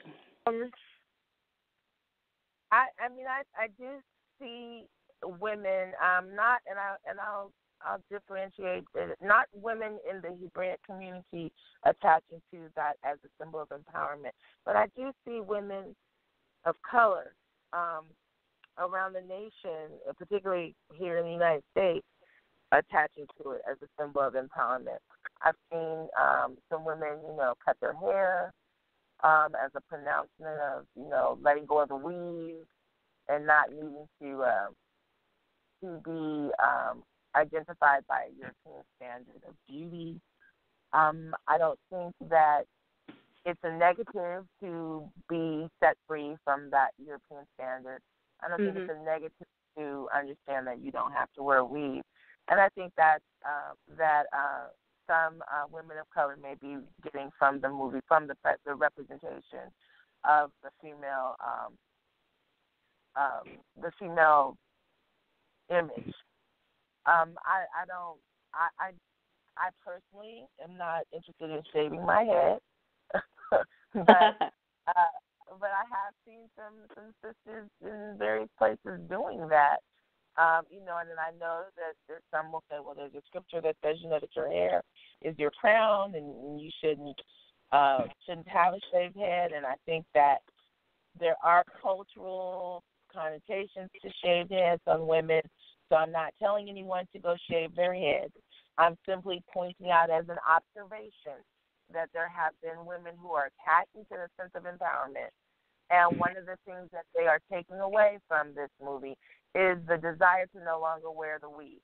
And so for some of them, their hair is so damaged from the weave wearing that they've opted to cut their hair or shave their hair and start from the beginning. So that's another thing is another take on the big chop. We already had the big chop movement going, and for the Dora Milaje, Okoye makes the point that when she's walking through the streets of Busan, that putting on that wig was something that she felt disgusted by. She felt disgusted by it. It's also, we talk about this hair politics. It's interesting that the Dora Milaje don't have, this wavy hair, C4 versus whatever. Even though we get to see them having these different complexions, the hair politics is not something that's happening in the Dora Milaje. And very often there's this focus on the warrior women. But what I found interesting, I saw the movie with my mentor, and he said to me that one of his the daughters of one of his friends or someone that he knows, she resonated with Shuri, the princess, and her statement was, finally there was a brown Disney princess. And I know Disney is the boogeyman, and we can't say Disney 3 times in a row, Candyman, Candyman, Candyman. But Disney does have this line of princesses, and so I was surprised because we had Tiana, we have different brown women princess types that Disney gave us the bone for. So it was interesting that this young woman said that Shuri was the first brown, melanated Disney princess. And that was curious to me. This idea that now our daughters potentially have a Disney princess, which is different than just any kind of princess. And we just kind of, whether we like it or not, there is a different inflection when it's a Disney princess being part of that franchise. And so Shuri has been inducted, for good or for bad, as a Disney princess, and that's a different image for our daughters. In the same way that maybe the Melage has resonated with older women as a symbol of empowerment. We know that our daughters or young women in general, are discouraged from entering STEM programs, being mathematically or scientifically inclined, and to see a young melanated woman involved so intricately, so deliberately in this technological phase of things says something also to the women. She's not, like you said, she's not on the throne doing anything in terms of authority, but there's definitely some sense of power in what she's doing. There is some sense of empowerment in her involvement and the way that she gets to use technology. Yeah, Mayana. Yes. Yeah, you're breaking up again. You can bring in the next. Now. Okay, bring in the next caller. All right, no problem. Let's go to the next caller. Let's go to 443-815, live in air. Hey, Sal, Showtime. This is Brother Mercy. I just wanted to say that I thought it was a good movie, but also I wanted to make the correlation. I think all the times that we do with things, we like to jump to thousands of years ago in Hebrew culture, in African culture, or Kemetic culture, when Black Panther, to me, was more of what was going on in the 1960s, the Black Panther movement. And if you really look at, there's a lot of correlations between the movie and the Black Panther movement. They both started in L.A., which is where the film started from. Interesting correlation. Some of the same things that Black Panther stood for. Yeah, Brother Mercy, you sound a little far away. Come a little closer to the phone. You sound a little far away. Okay, some of the same things that Black Panther stood for is some of the same things the Black Panther movement is about, like Black men. The whole purpose for the ritual was so that all the Black Panther. You still sound far away, Brother Mercy. Still sound far away. I can bring you back in. Want to bring you back in? Try again, 443. I'll bring you back in. Yeah. Okay, I hear you now. Go ahead. Mm-hmm. Okay. Now, I was going to say there seems to be a lot of correlation between the Black Panther movement and this movie. It started in L.A. It started in L.A. and the Black Panther movie oddly started in L.A. also. The Black Panther movement was about Black nationalism, which is the reason why they had the ritual, because they was trying to select one leader over the African communities. And that was one of the issues that they had during the Civil Rights Movement, is we had Dr. King, we had Malcolm X, and we had the Black Panther movement. We had all these different civil rights organizations, but they were not united. They was all doing their own thing. Like Malcolm X was working for the Muslim community.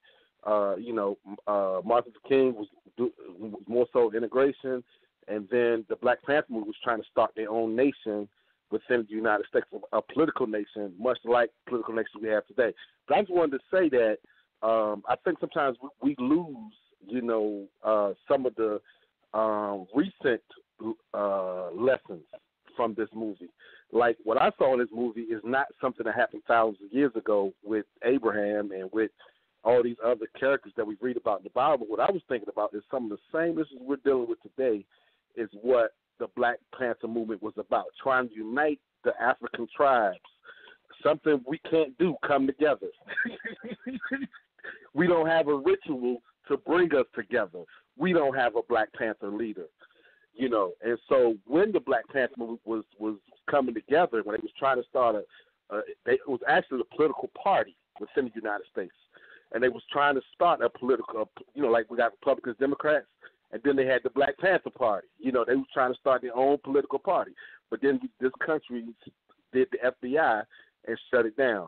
So I just wanted to say that to me, that movie meant more so trying to find an answer to our problems that we face every day. We can stretch back thousands of years ago, but I think it's a more recent issue that movie was addressing. Like, for example, the Black Panther guy, he always had help from the women. Women was always helping him from the start of the movie to the end of the movie. He had a helpmate. So I really believe, you know, as men, we need our helpmates to be successful, and I think the Black Panther movie brought that out. Because you had more than just a man superhero, you had super females too. Because if you got both of them work together, you can do something. But the Black Panther, to me, was all the African tribes selecting a leader over all of them, which is like Black nationalism, which is what the Black Panther movement was about. We don't have a political party. That's part of the problem we have. We got to vote Democrat or Republican. Most times, both of them are white. You know, we don't have our own politicians. So that's all I wanted to say. Well, thank you, Brother Mercy, for that. And that does bring us to one of the points that we were going to talk about, the parallels to contemporary grievances in both the country and the continent. Because, yes, that's one of the things that's being said in the trenches, that there is this closer correlation. Obviously, Ryan is isn't thinking about the Hebrews when he embarked on the project, but was thinking about this socio-political, historical, cultural commentary. Even though the Black Panther comic it predates this Black Panther party. It does predate the political party that you're referencing, but even in the 616 universe, Black Panther does come to America, and I think there's even an episode where he fights or gets into a direct confrontation with the Klan. So it's not that the Black Panther comic book even shied away from these kinds of conflicts here in America, or that this African king didn't come here to kind of really be disturbed by what's happening. The comic book does address that. There's even if my recollection is correct, there's even an episode in one of the comics where let the record show he comes here quite often. T'Challa comes here. He goes to school here, and while he's at the university, his first love, of course, is Storm. His second love is this woman named Nikki. I think her name is Nikki Adams, and she's a colonizer. She's one of these colonizer women, and he hooks up with her. And obviously there's a backlash to that because, as Mercy mentions, this is during the 60s and the 70s where there's a very hot political climate, and these kinds of hookups were not well received by the overall community. We've had all of these conversations in different spaces about the melanated woman was good enough to be handcuffed to counters with, but come Freedom Summer, the man is hogged up with the euro. And so T'Challa gets backlash. There's another a man who's at the university with him, and his gang attacks him for no reason other than he has this colonizer for a girlfriend. And so these kinds of political things are not ignored in the Marvel universe, and although they don't get really fully explored in the MCU, but yes, absolutely, there's a lot of this kind of contemporary angst. And actually, later on this month, the men are going to come on and have a conversation about who was right, T'Challa or Killmonger. And I'll give you the date and time for that. I encourage you to tune in to hear what the brothers have to say. They're going to look at that particular dynamic. Now, for me, Killmonger and T'Challa are not the stars of the show. Mabu M'Baku steals the scene. This idea of the continent versus the country, America, the United States, is one dynamic, and I get it. Everybody wants to explore it because it's something that's near to us.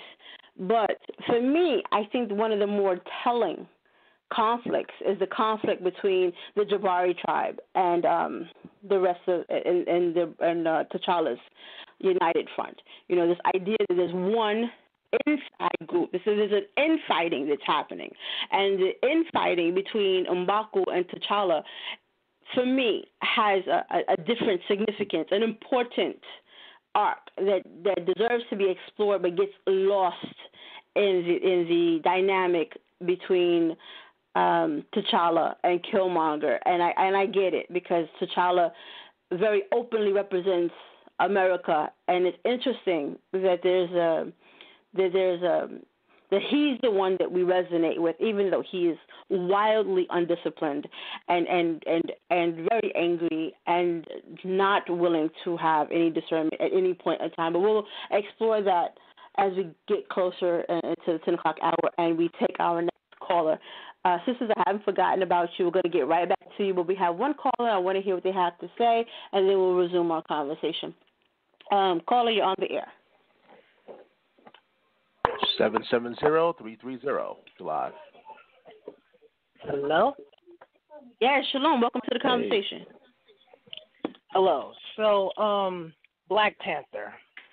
Apparently, Black Panther is a superhero that is loved by all, but you know that caller that you got earlier, he is, I would say, and he's basically one of those people that believes in the secret society that rules the government. And basically, I'm just going to break it down to what he's saying is true. There is elements behind the films that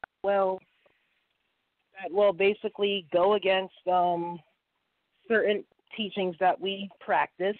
But at the same time, you also have to understand basically what these things really mean. And for one, basically necromancy, that is something that's been seen and taught in many, many great fantasy stories. It's not new. I'm familiar with many stories that has necromancy, and basically, it's just something that people like because they like it when their dead relatives get to talk to them, to motivate them to make the choices and defeat the bad guys. And in Star Wars, Force Ghost, with Force Ghost, basically you can talk to an afterlife Jedi mentor that will guide you in many ways. And talking to spirits is not really something old, but at the same time, for him, it's more like, the film is 100% bad, and that's just, not fully true. A lot of films take elements from different sources, and the Hebrew Israelite, the Bible, the the Old Testament is some of those elements that stories will take from. So, that basically, for the Old Testament, the belief to fight for good and defeat evil is something that's been in there for a very long time. And a lot of stories like to portray that in their own ways. The DC and Marvel, the multiverses or omniverses for DC and Marvel, is one of the ways of showing that all cultures can exist within the canon, and that they're not all strangers. Science, magic, and all types of cultures are seen in the Marvel Cinematic Universe. Doctor Strange, as much as I like Doctor Strange, the Sorcerer Supreme, he is a sorcerer, and the sorcerers behind him that teach him the ancient magic to save the world from evil magical forces. That is from sorcery. The Ancient One in the film basically pushes his soul out of his body and then takes him across the galaxy, surprising him, and then he asks her to teach him. So right. The thing is that, right, but not in this movie, not in Black Panther. Yeah, Black Panther, the Marvel Cinematic Universe, in a sense, is just another universe in the Marvel multiverse. So basically, in a way, of course, they have their own culture. While Wakanda is based off of African culture and the Black Panther movement, it also tries to build its own way of life. The Panther God is the God they worship, and it's the God that has that heavenly realm where all the dead kings go to and give advice to their next generations. So at the same time, science, magic, all that stuff, that exists because, well, it's a part of imagination. Basically, with imagination, human beings have a huge amount of imagination, and God gave that to all human beings. So human beings can connect all of this stuff, but still have a good tale to tell at the end of the day. You know, storytellers can take lots of elements from different cultures, different storytellings, their views, and political events that take place in real history, and make a great story out of it.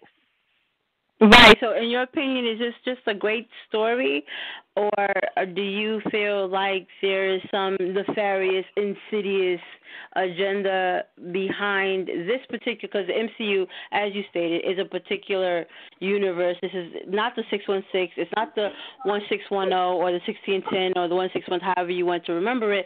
It's not those things. Ryan Coogler is taking this opportunity to tell a very specific story from a very specific lens, and it's very clearly a social commentary. So from your perspective, is this a movie that has any redeeming qualities, or is it just another tool of the devil the Bible speaks of? Honestly, possibly go both ways. From my view, I've studied many philosophies, I've studied many religions, but I still stay true to the truth. But I even read Greek mythology. As much as I don't worship the Greek gods, I find that Greek mythology is great for good storytelling. I agree with you, but we're running out of time, so I wanted to kind of get your thought on, your final thought on this, because I don't want time to run out on you. So just for no, your it's final okay. thought. I'm ending it right here. I'm about to go. Okay. It's your decision on how you want to take things. At the end of the day, no matter what you watch, read, study, or follow, you have to choose your own path, and good and bad consequences can come of it. But as long as you believe in what you're doing is right and you're making the right choices, you will be rewarded in the end. Anyway, that's all I wanted to say. All of you can have a very, very good day. Thank you so much for calling in, caller. You made some great points. Yeah. So do we have another caller before we continue the conversation with the panel?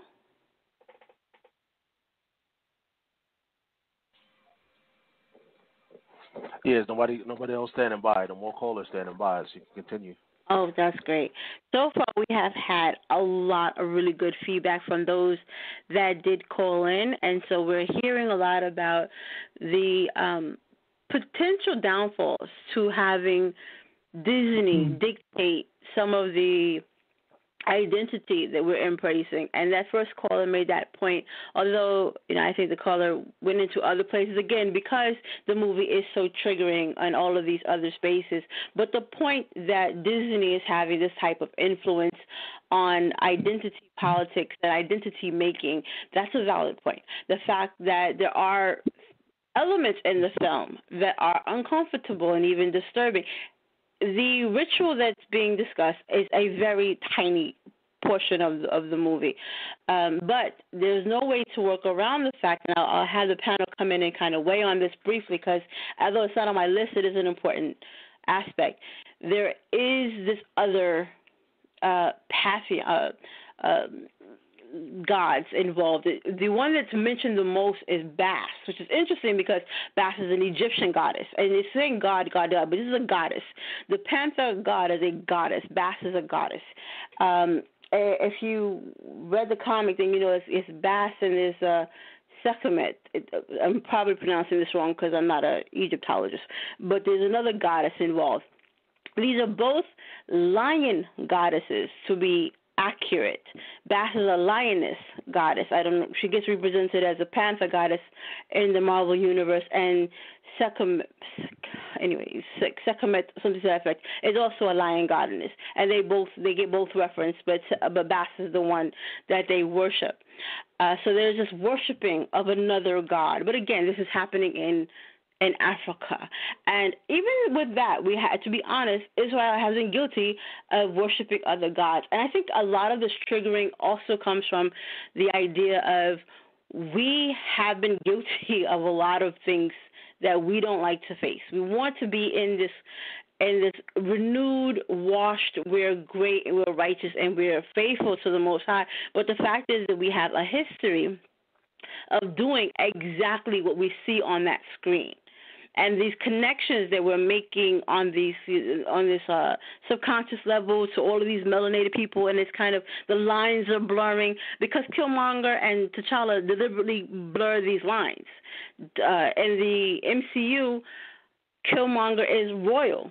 He's literally a relative of T'Challa that has been displaced. And there's a moment where he is confronting him. And there's this powerful, for me it's very powerful because kinship language gets thrown around. Like Killmonger almost spits kinship language at T'Challa and demands that someone ask him who he is. Ask me who I am. And for me, I think that's a very powerful moment because the idea of wanting to be understood, wanting to be identified, wanting to be called. And this is a continent that he feels has abandoned him. So he's asking me who I am because you have forgotten me. So there's that kind of dynamic between the continent and those that have been displaced here in the Americas and in the Caribbean and the like. And so the idea that no one has asked, no one has come for us, no one has even bothered. And so although I personally I thought it was really kind of cute when he calls Angela Bassett's character Auntie. You know, that was a really kind of, you know, a sweet little one. I know it wasn't meant to be sweet, but I'm like, oh, he's so cute when he calls her Auntie. But this kinship, deliberate kinship language, where he pronounces himself as the son of this royal family. He wants this naming, this idea, and this is a very important thing. If you've listened to me in any other avenue, for me, naming is extremely important. Having a name, being named, and the person that wants to name you, all of these have to do with identity and power.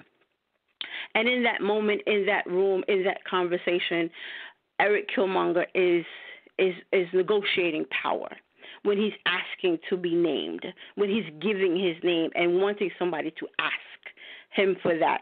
So we find that with the conversation that Mercy was trying to introduce into the conversation was it's not all about what's happening many, many, many years ago, but instead there are these more recent contemporary issues of not knowing who we are, not being identified, you know, not having to have hyphenated identity titles and the like. And so you see him negotiating for power there. And so I understand, I totally get it, that it's something that we want, that there's a need to kind of identify with T'Challa and Killmonger's dynamic. But again, for me, there's that whole Mabu and Baku's infighting that gets unexplored while we're doing that. So I think we may have a caller, but we're going to hold off on that caller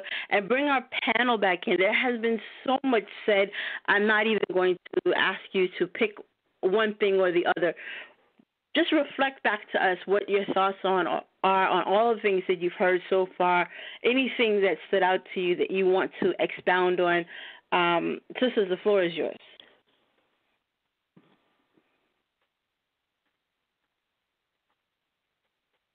This is Sister SHAN-T.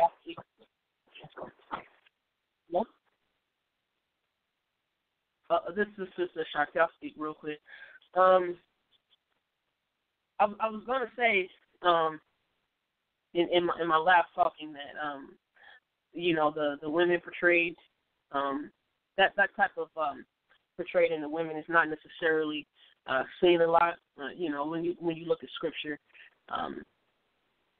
you look at scripture, you see Jael, you see the women of wisdom being sought after. You see the willing women. You see Abigail. The story of Abigail, how she had this wicked husband named Nabal, and how Abigail did what she had to do.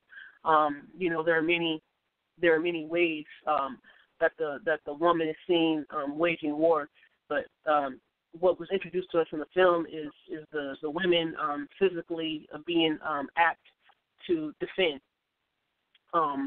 A lot of women are very encouraged, nowadays to be apt to defend, just in case an intruder or somebody who wants to do a violent harm to their body, they know how to defend themselves and ward off people who mean them harm. I don't think that's a bad thing. I think that's a good thing to know how to defend oneself. We are to preserve our life as much as we can. And Sister Angela Malaka talked about the women, how they were bald.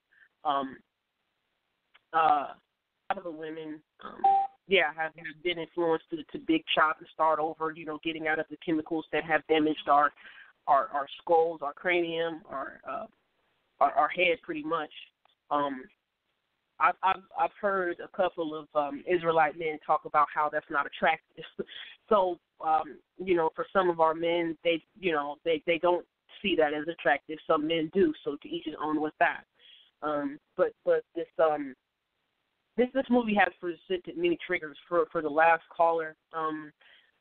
Brought out that this film showed us what necromancy was. Well, in the scripture, the Most High does say, stay away from sorcery and witchcraft,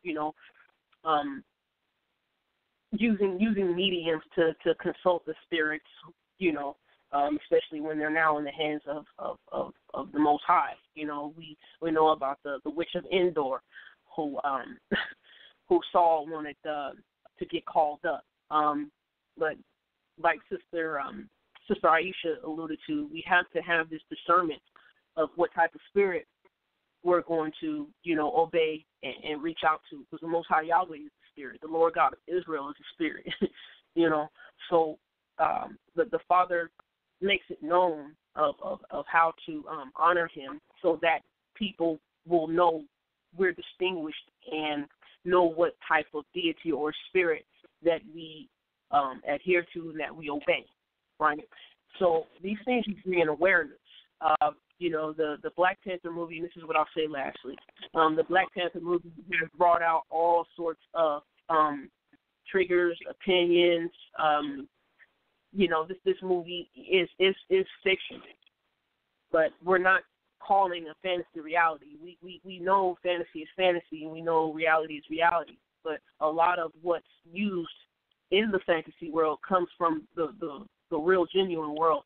And just knowing and being aware of these things around us, not to say that we're going to indulge in them and start practicing, but you have to have that awareness of what's going on to be aware. The awareness pretty much lets you know what to indulge in, what to practice, what to partake in, and what not to. Because, like Sister Aisha said, if you don't understand the language of the scripture, you'll think, for people who believe in the Messiah, Yeshua, Jesus, such as myself, you'll think communion, or pretty much what's realistically the Passover, you'll think that's some sort of crazy ritual, where the bread represents the body and the wine represents the blood. You know what I mean? So, but those things are symbolic. We have to know what those things are symbolic of. So you have to know what things to look out for, and when you do know what to look out for, you'll know what the Most High commanded you to stay away from and what to partake in. A lot of scripture says, I know Deuteronomy 12, Leviticus 18 and 20 says, when you go to these nations, don't do what they do. Well, nowadays in the year 2018, we're so far removed, we don't know what sorcery and witchcraft is, because a lot of Americans, they take place in these holidays, such as, such as one that's coming up. There's a lot of witchcraft and sorcery. That's why it's good to go back into the Bible and get these things defined. Know them for yourself. So I'll just say that for now. Shalom. Hallelujah. As we come across the 10 o'clock hour, I'm going to give the phone over to, or the line over to MALAKAH. For those of you who are just tuning in, this is Under the Palm, Hebrew Women Speak, and we are discussing Wakanda Forever. This is a discussion about the Black Panther movement, not movement, but the movie, and the effect it has had on the community, the Israelite community, and the larger melanated community at large. MALAKAH, after you speak, we have 3 callers on the line. If you would like to join us in this discussion, please call 319-527-6239 and press 1 so that I can bring you in the queue. MALAKAH, we'll start with you before we go to the callers. What are your thoughts? I would like to lead by saying, that I think that kind of the way that the conversation has even gone tonight, things that we struggle with as a people. We have a hard time getting past our triggers to actually deal with our social situations. And that's one of the things that I think, we see even sometimes on our radio show. It's that if we can't sit down and analyze our condition through the lens of a film, I don't understand where we are if we can't do that. If we can't use social prompts to become introspective and look at some of the issues that we have in our communities, then we're not being aware. I hear in Winnipeg all the time that Torah is everywhere. Torah is all around us. And so if I'm coming to see something, if I'm watching this film, I should be seeing it through that lens.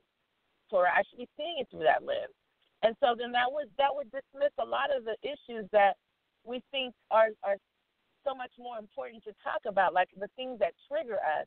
I think we could look at ourselves, deal with the thing that triggered us, get an understanding of why that triggered us, and then begin to talk about the social issues that actually are connected to those triggers. If what I'm saying is making sense. I know I kind of put a lot in one thought. But I just think it's important for us to actually look at some of the things. And, like, one of the things Sister Mayana brought out was the infighting that was happening between, her boo and Mbaku. See how I did that, Mayana? Mbaku and T'Challa, and how the Jabari tribe just decided we're not even going to rock with y'all at all. And they just completely isolated themselves away from the whole. I think that's something that we have in the community. There is isolationism that goes on in our communities. There's people who hit a certain social stratus or a certain economic stratus, and they isolate themselves from the community, from the people. That's one thing we could look at from the movie. There's the conflict between Africans on the continent and melanated peoples in the diaspora. There's a feeling of rejection. There's a feeling of superiority, inferiority. There's all kinds of issues that keep us from being able to work together corporately in order to achieve some common goal.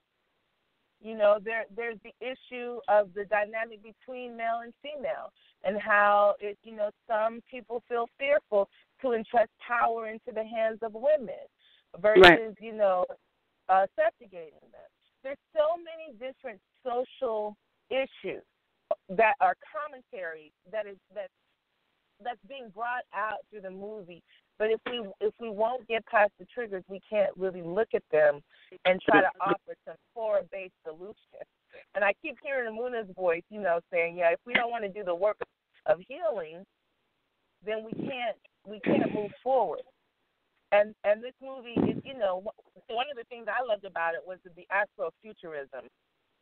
If you think about movies like Star Wars and futuristic sci-fi movies, like you would think Black people had ceased to exist at that point. Right. Because they don't really see us. Right. But in this movie, it shows us as being, at the spearhead or the forefront of the future.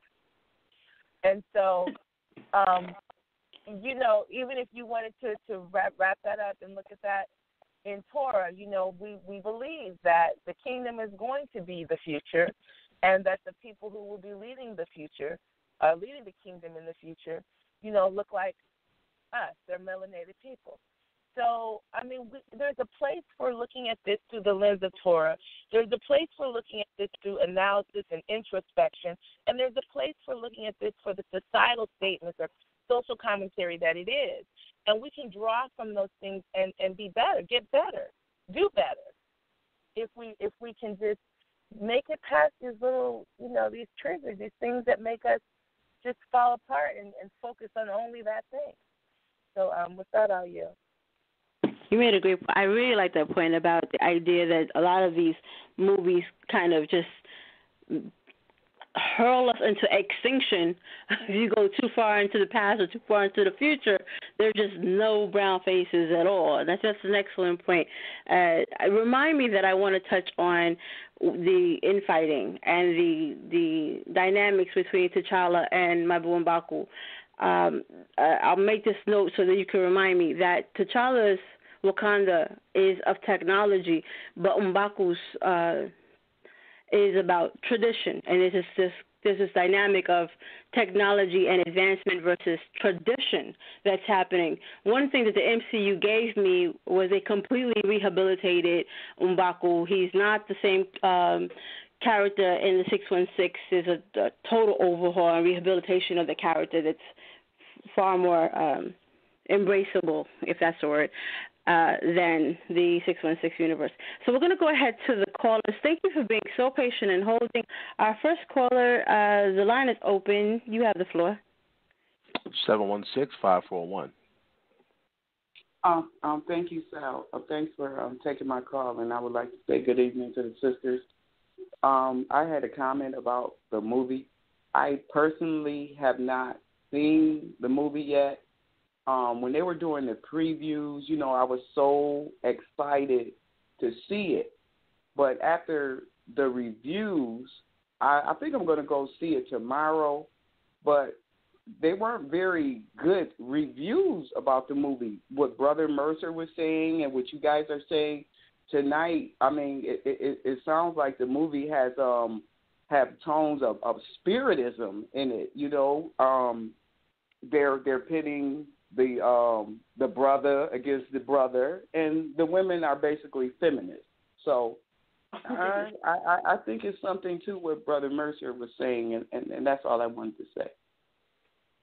Thank you. That's interesting. Actually, the idea, that's a great comment. I guess hearing the conversation from those of us who are kind of focusing in on very particular points might give that impression. I think that it's important to say that the spiritual aspects of it are very, very, very minute. If you're looking for like deep spiritual content, it's really not there. Even the necromancy is in little pockets here and there, but because it's so as we've been using the word triggering, especially for those of us who are working diligently to be realigned and reconciled to the Most High, that these are things that we would immediately become uncomfortable with because we know that's a big no-no. Even if it flashes across the screen for only 30 seconds, we know that, that's a big no-no. In this big 2 hour and a half some odd movie, just 30 seconds on the screen makes us very uncomfortable for good reason. Also, this feminism, it doesn't exist in the movie. The women are not trying to replace or compete with the men, and that's kind of the point that we're trying to make here. The women, again, these are women who, the Dora Milaje, are literally a bride pool. You see what happens is that Okoye has a love interest in the MCU, Wakabi, and there's actually this moment where she says she'll choose the throne over her dude. And there's also a time where Okoye is willing to defend the throne, even irrespective of who's on it, because the Dora Milaje are the brides of the throne, not to any particular man, but to the throne. And so it's actually very domestic. There's a lot of domesticity happening there. They just happen to be warriors.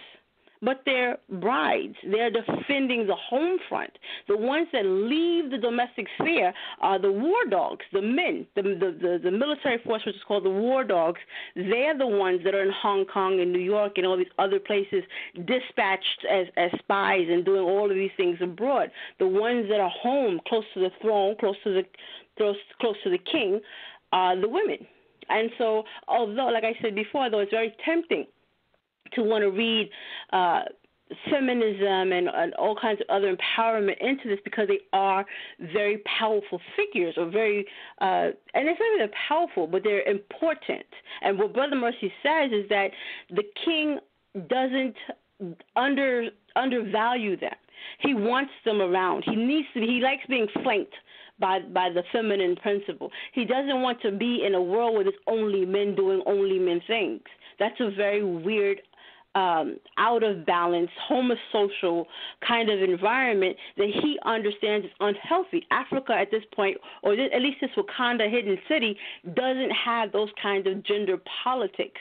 So that's one of the things that is a conversation that you're probably hearing, is that gender imbalance, that need that the man has to be crushing the feminine principle in order for it to be powerful. And for the feminine principle to be tamed, that's the only type of dynamic that's suitable or relatable. And so Wakanda in this particular movie kind of challenges that idea, which probably makes a lot of Israelites uncomfortable, because it's not something that a lot of Israelite men want to imagine, a world where the feminine principle has any space that they are co-heirs with them. So we have 3 remaining calls. I want to get to that. Next caller, you have the floor. Welcome to the conversation. Before we go there, Amuna's here, actually. Amuna, say hello. Oh, shalom. Lila Tove, everyone. Shalom. Oh, shalom. you made it. My tardiness. No. Welcome. Take your seat. We're glad that you're here. I've been here for a good 9 going 10 minutes, so I'm just listening, trying to catch up to the conversation. All right. Well, hallelujah. We have Amuna in the house. You already know it's about to get turned up. All right, we've been calling you up. Malaka has been saying your name 3 times in a row. Candyman. Amuna's on the line. Can we have the next caller, please? We'll get Amuna up to speed. Let's go to 209-406. You're live on air. Oh, thank you. Name's Fred, calling from California. How y'all doing? Welcome to the conversation. We're doing well. Thank you for calling. Hello. Yes.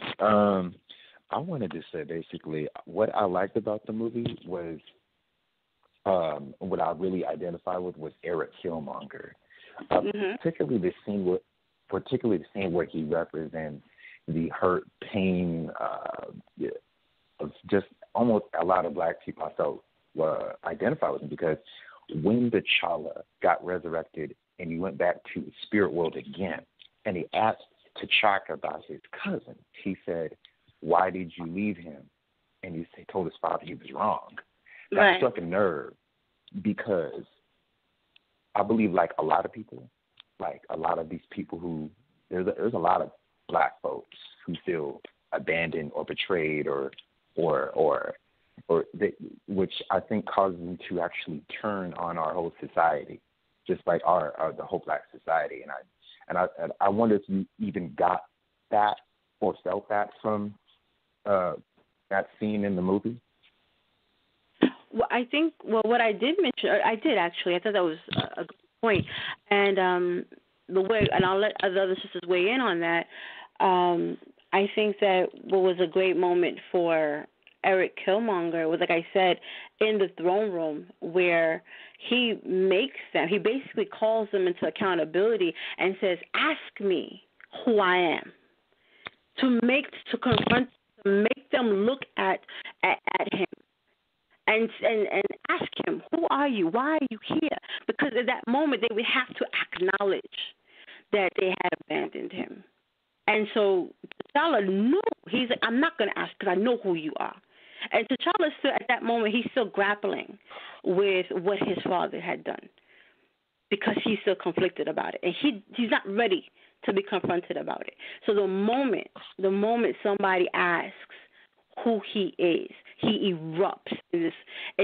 He spits at them his title, who his father is, where he is from. He does all of that. He gives his name. And he doesn't use the Killmonger name. He doesn't use the Eric Stevens name. He uses the name, that Wakandan name, and he makes them have to look at it. And he makes them have to be confronted with the fact that he is one of them, which is what I think is brilliant about this particular creative license that Ryan makes there, because Killmonger is not royalty in the 616. He's not. He's not the cousin. The cousin is someone else. The name is different in everything. So Ryan is definitely making a deliberate point when he does that.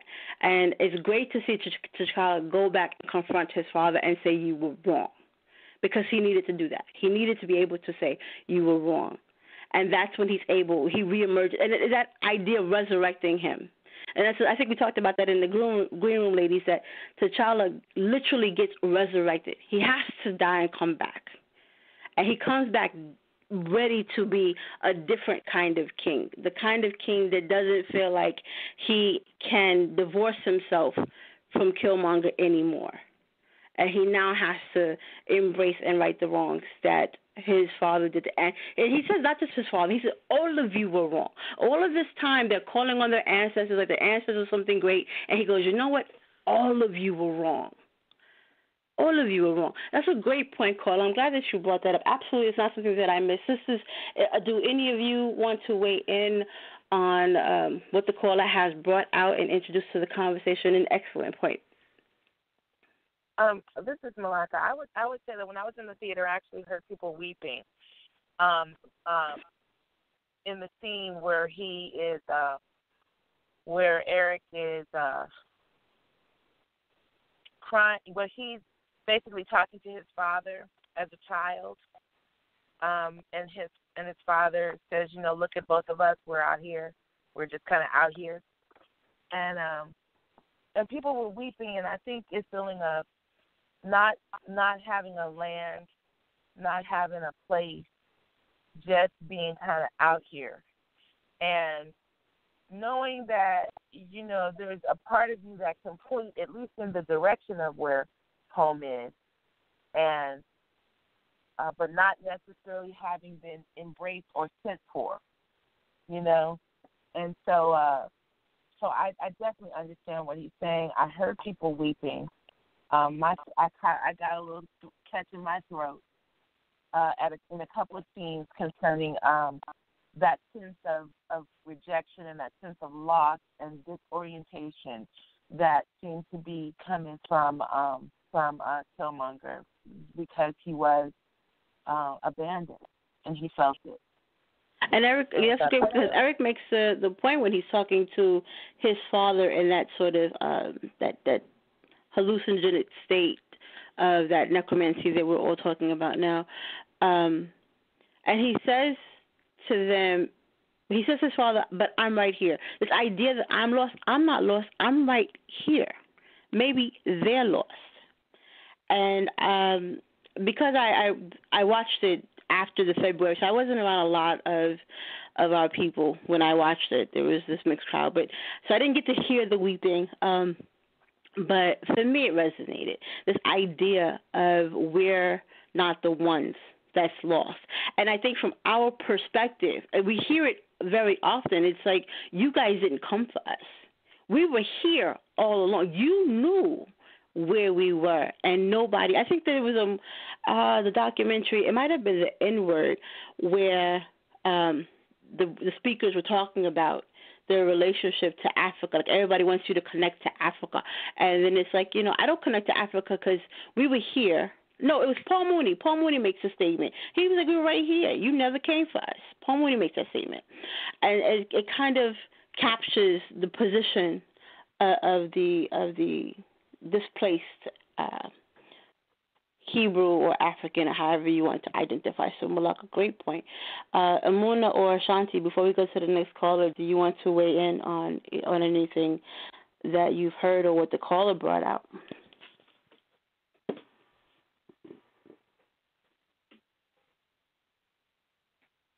I'll speak after the next caller.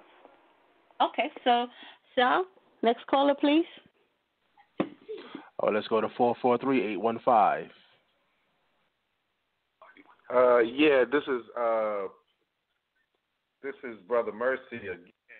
This is Brother Mercy again. What I wanted to touch on is what you ladies were talking about, the infighting. You know, I wanted to talk about the wisdom of the movie with the infighting, how they turned the infighting into a ritual to select the Black Panther.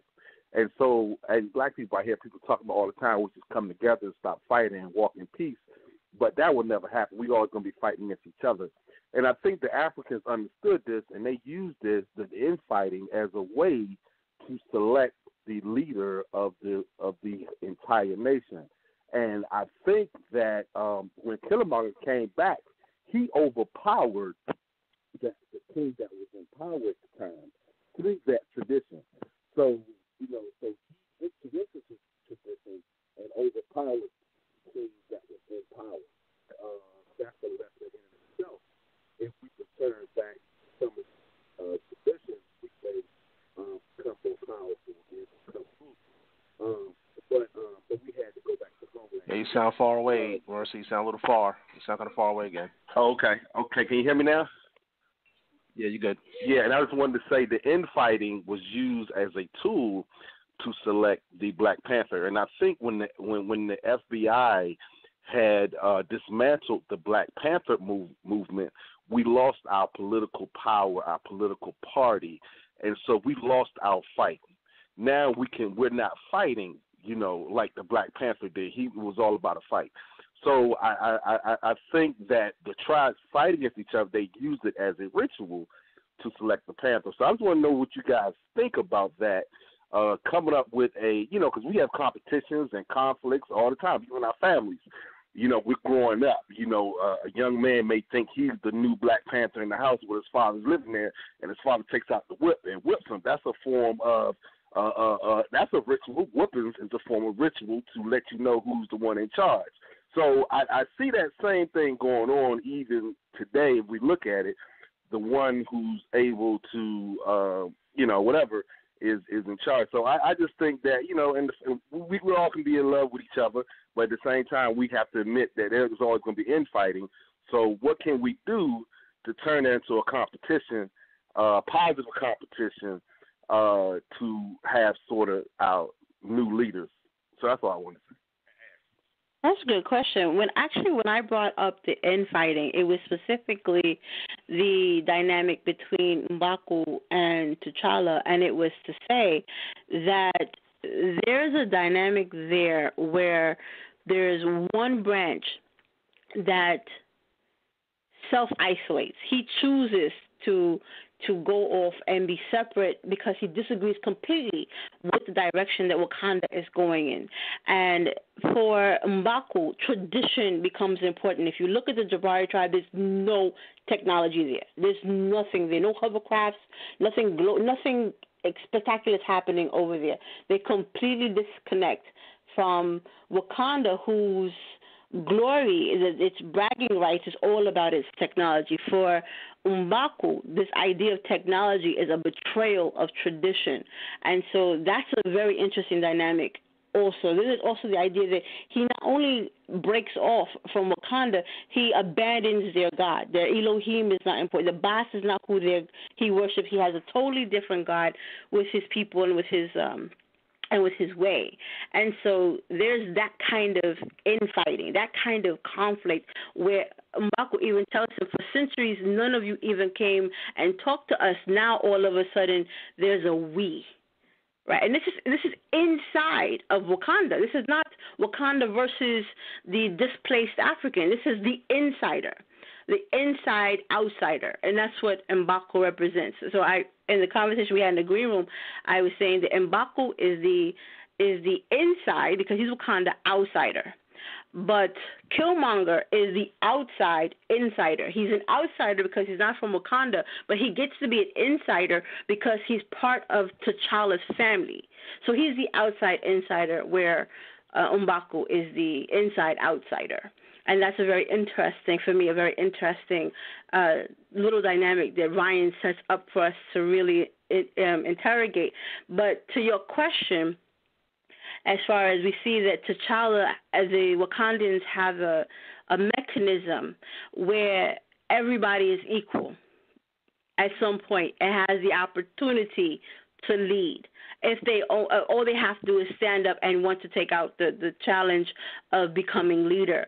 So I think you pose an interesting question. How do we get to a place where we can have healthy competition, respect one another's leadership or the right to leadership, irrespective of, this kind of hierarchy to challenge royalty? Everyone, the merchant tribe, the river tribe, the border tribe, all of these other branches do not have this claim to royalty, but they have an equal access to obtaining leadership and rulership role, and by extension, the Dora Milaje and everything else that comes with it. We see that an outsider, Killmonger, just immediately inherits the entire Dora Milaje that everybody's talking about now, and everything that Wakanda has to offer, just because he wins the challenge and with nothing else going on.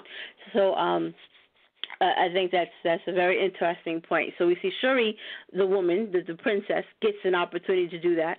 We see that M'Baku, the inside-outsider, gets to do that. And we see Killmonger, who's an outside-insider, gets to do that.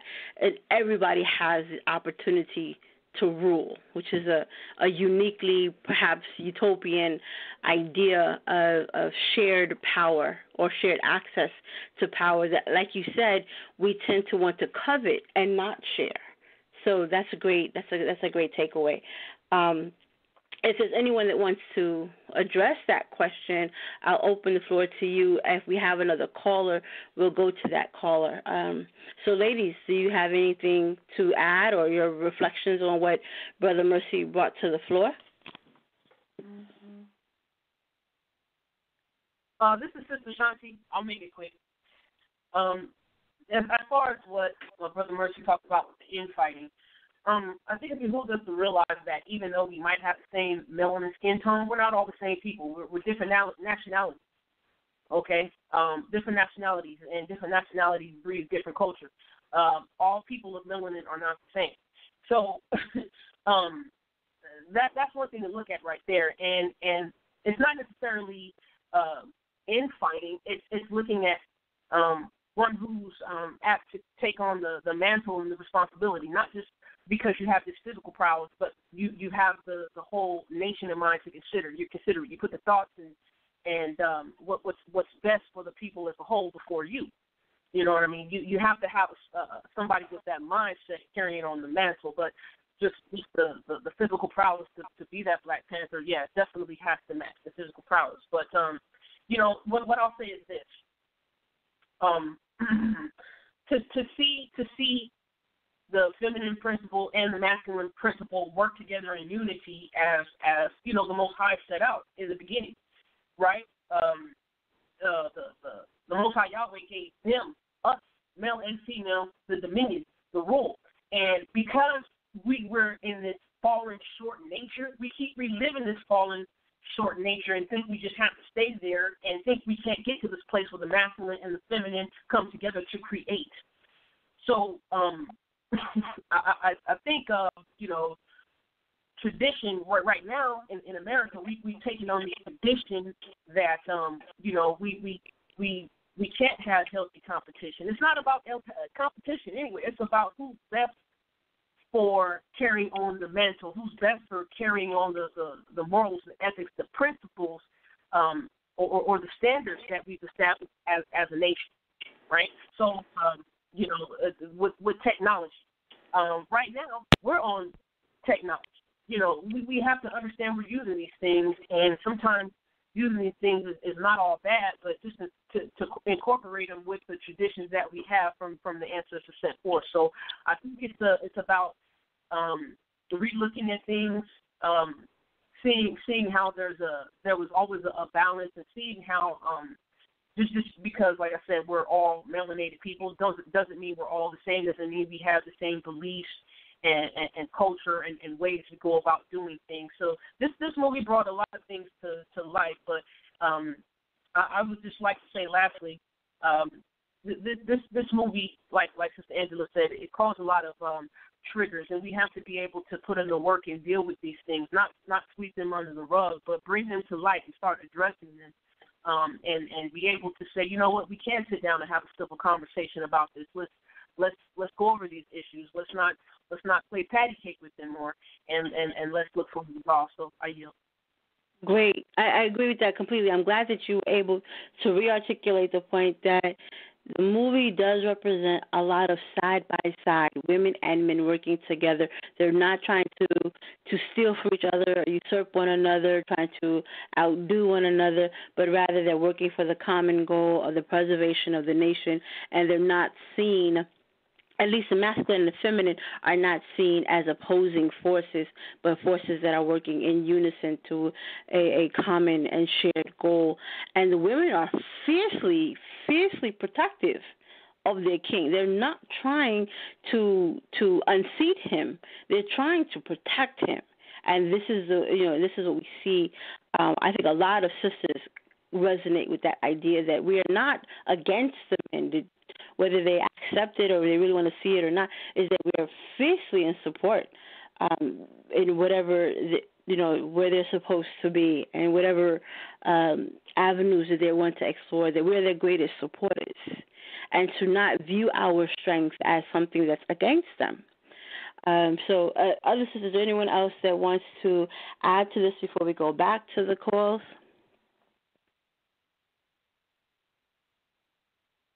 It's good to go back to the call, sisters. All right, yes, so we can go back to our call. We have anyone holding out there? Let's go to the next call. Let's go to 865-258. You're live in air.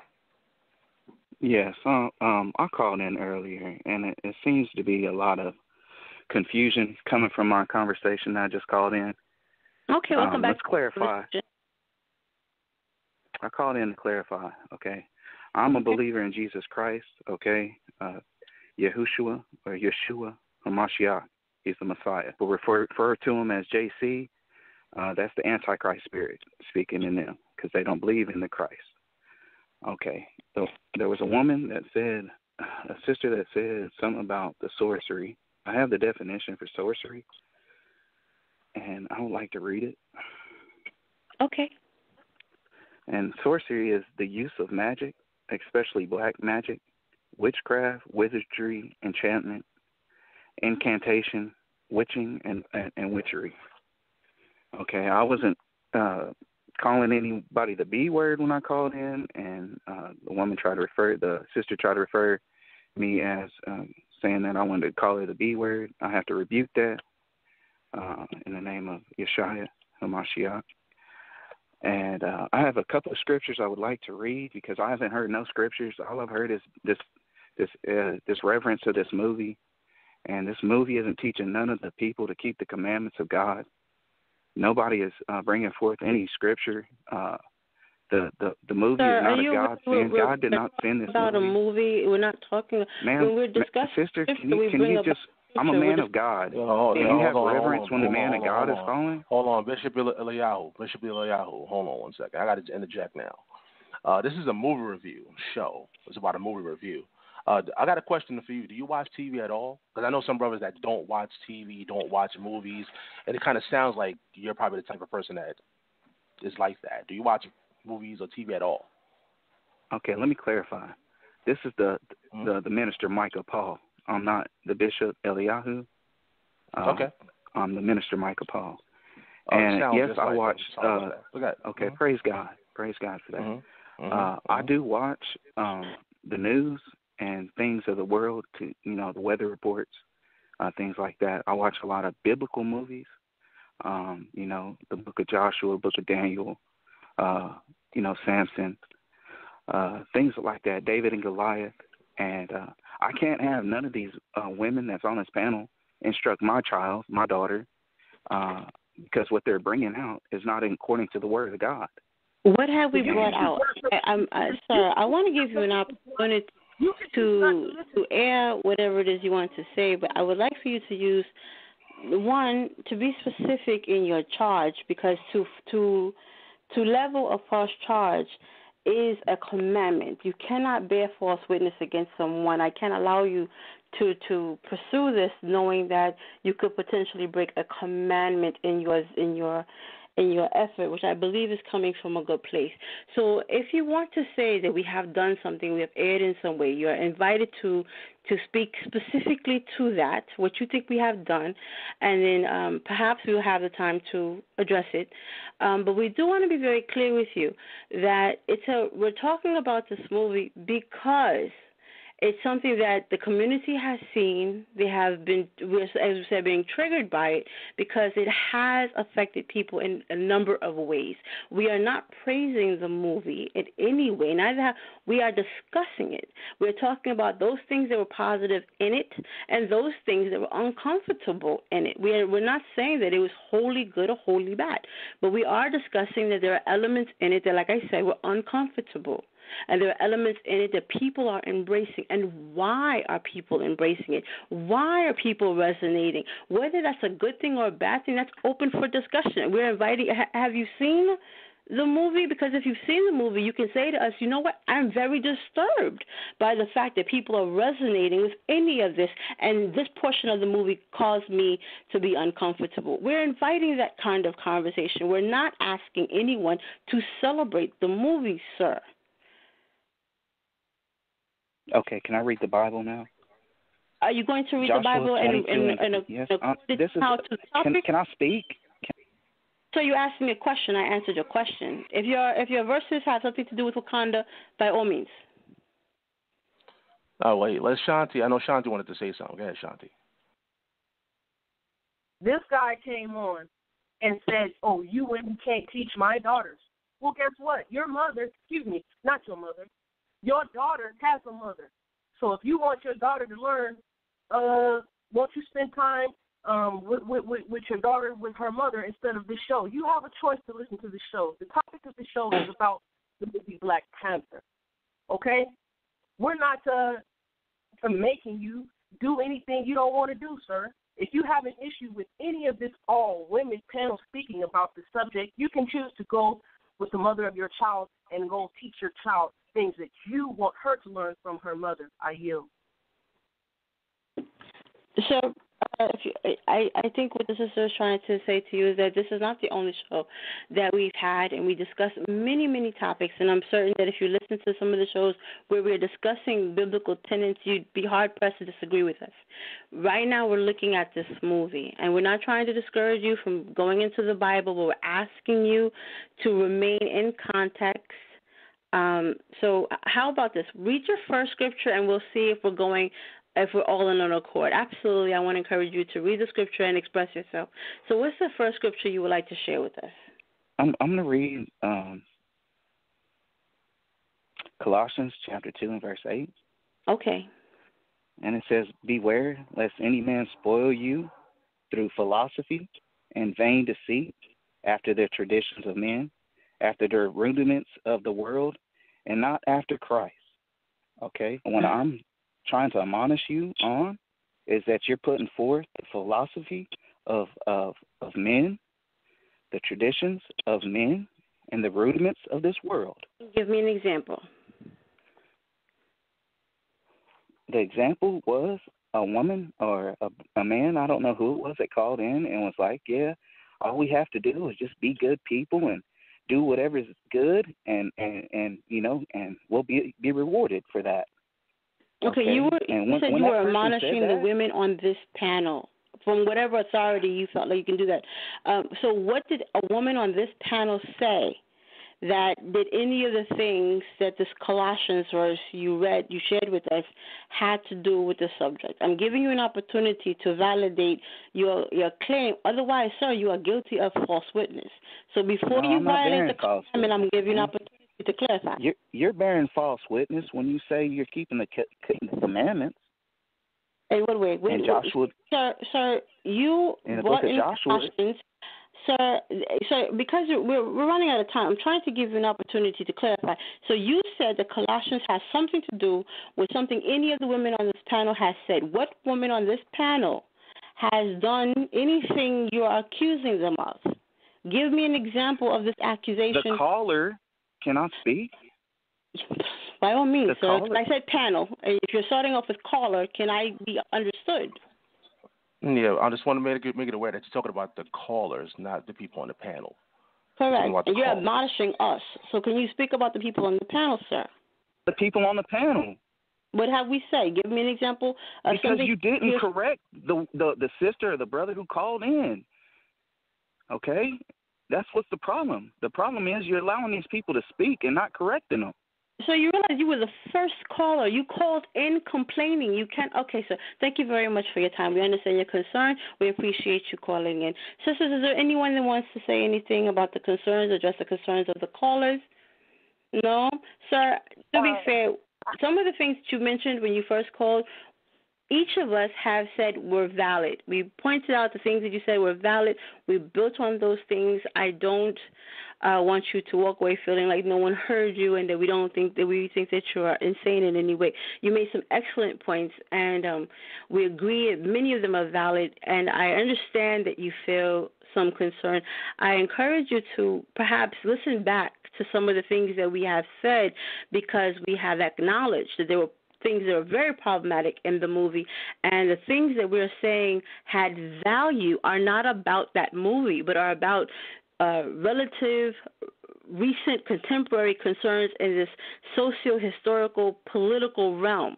There's this right now, right here reality, and not the Marvel Cinematic Universe, sir. So we're not asking anyone to go contrary to the law, contrary to the commandments, or do anything that is anti-Christ in any way.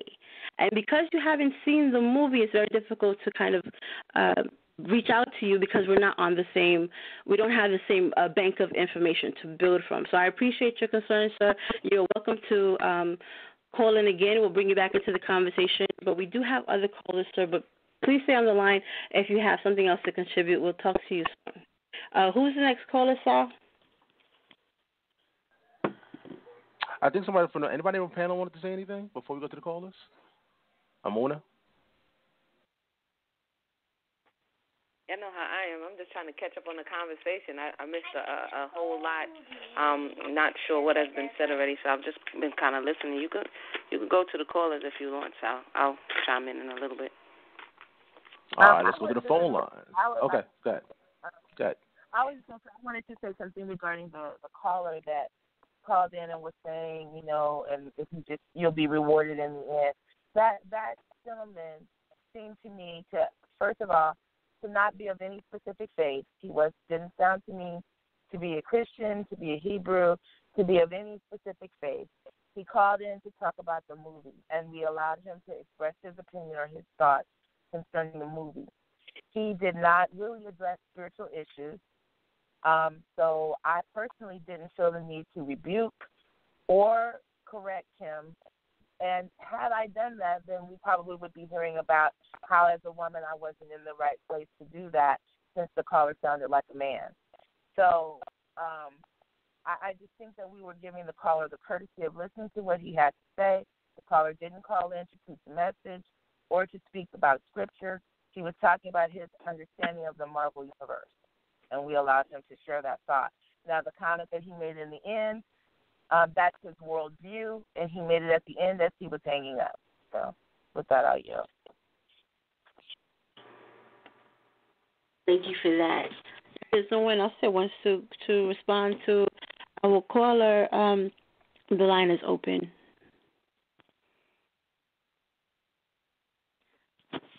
Sal, do we have anybody else waiting? I think we have two more. Yeah, we have two more callers standing by. Let's go to the next caller. Let's go to 530-763. Live in air. Yes, this is Brother B.A. out of Sacramento. How y'all ladies doing this evening? Welcome to the conversation, brother. Much love to you all. I haven't seen the movie yet, and just besides all the other stuff from the other guy, that guy who called in twice, from what I hear so far, it seems like it's something that I'm going to consider on watching, because at first I wasn't really interested because of, and just listen to me, I'm not condemning no one that did watch it. This is just my opinion. I just kind of found it funny that a lot of our people just got into the sensationalism about watching a movie about a bunch of our people or melanated people in it. I just didn't see any use of going to go watch it, even though I'm not condemning or I don't have an issue with anyone that went to watch it. I just felt like if we are able to put our dollars together to go see a movie, just imagine what else we could have done that could have been much more productive. But I do understand that it was something to watch for our children to see superheroes and things of that nature. But and just referring to that last caller, and I try to be too long. I know this is you guys' show, and I always want to be respectful. With his mindset and his way of thinking, this is the issue I see amongst the religious mindset of people. And when I say that, when it comes to like individuals who believe in Christ, which I am a follower of Christ as a student of his teachings, and when you have individuals who come in and come on platforms like this and come like that, that's why we have that's why a lot of people reject Christ, because of that reason, because somebody wants to come in and try to control the narrative of a conversation that they have not in the blue and the hell clue what they're talking about. And it's very obvious that this individual did not even watch the movie. He just wanted to come on here and pick a fight with a bunch of our sisters. And since I listened through the whole conversation, and when he got a chance to call in again and say something, I had to press one, because this is the issue.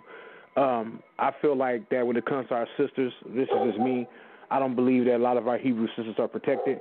And then when we have individuals who are allowed to call in like that, that's what I'm talking about, that our women are not protected. And when I hear that kind of stuff, it really bothers me. So you guys know I love all of y'all. I appreciate y'all for speaking. Thanks for the insight in the movie. Now I'm going to sit back and consider thinking about watching it. Shalom. Shalom, Brother B.A. We appreciate you calling in and being vigilant on our behalf. Sisters, is there anyone that wants to respond to our Brother B.A. who joined the conversation? I just want to say thank you for that, Brother B.A., and thank you for Sal, to Sal Showtime, because he definitely jumped in there and took control of that situation, so that I, for one, did not feel any threat of being attacked by that caller. I felt very well covered, and covered in the sense of, brother having our back, and then Brother B.A. coming on and saying what he said makes me feel doubly blessed to have brothers that look out for us like this. Well said. Hallelujah. Hallelujah. Sal is always at the gate, making sure that things are kept clean, kept professional, and that we aren't misunderstood out here. You have a panel of women, and sometimes we're very strong in our position, and sometimes we're misunderstood by males listening in because of that. So we appreciate brothers like B.A. and Sal who will act as a buffer for us and kind of translate some things that get lost in conversation. So we do have another caller. Muna, unless you wanted to weigh in, we'll go to the next caller. Muna may have stepped away. Can we hear from the next caller, please, Sal? All right, let's go to 313-784. You're live on air. Shalom, and thank you for taking my call. I just wanted to make a comment about the Wakanda movie, and I had looked on. I've been on various social media, YouTube and Instagram, and seeing the response from the Brews or whatnot, and seeing what people were saying. And like I said, to me it was really it was just a movie. Like I said, it was just a movie, and again, it being Hollywood and the Jews, the Ashkenaz and them different type of people, looking at all black people as what they say cushy and this type of thing. That it was more just like a feel good movie, just to see like black faces on the screen, doing other than being portrayed as the atypical, the atypical things that they like to show. I did understand where people were coming from. Where again, this ain't really the Pan African thing. It's more information on the scene, and we're supposed to be returning back to the Father and returning back to the laws and being placed back into that position. I just felt that people have to just understand where that's coming from. You know what I'm saying? Again, people kind of forget that, in Deuteronomy, I think it's Deuteronomy 23:9, where it talk about, that I will scatter you into the nations, and the memory of you will cease from among men. So this is not really known outside of these circles. Like the average person, or the average person that has no knowledge of this movement, this understanding, has no knowledge of who the true people of the book are.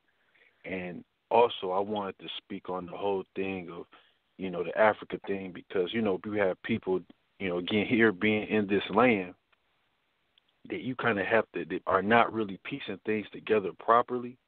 Again, like I know that that we understand that we are Israelites, or that the people that was, brought into this place are Israelites and are under the curses of the book.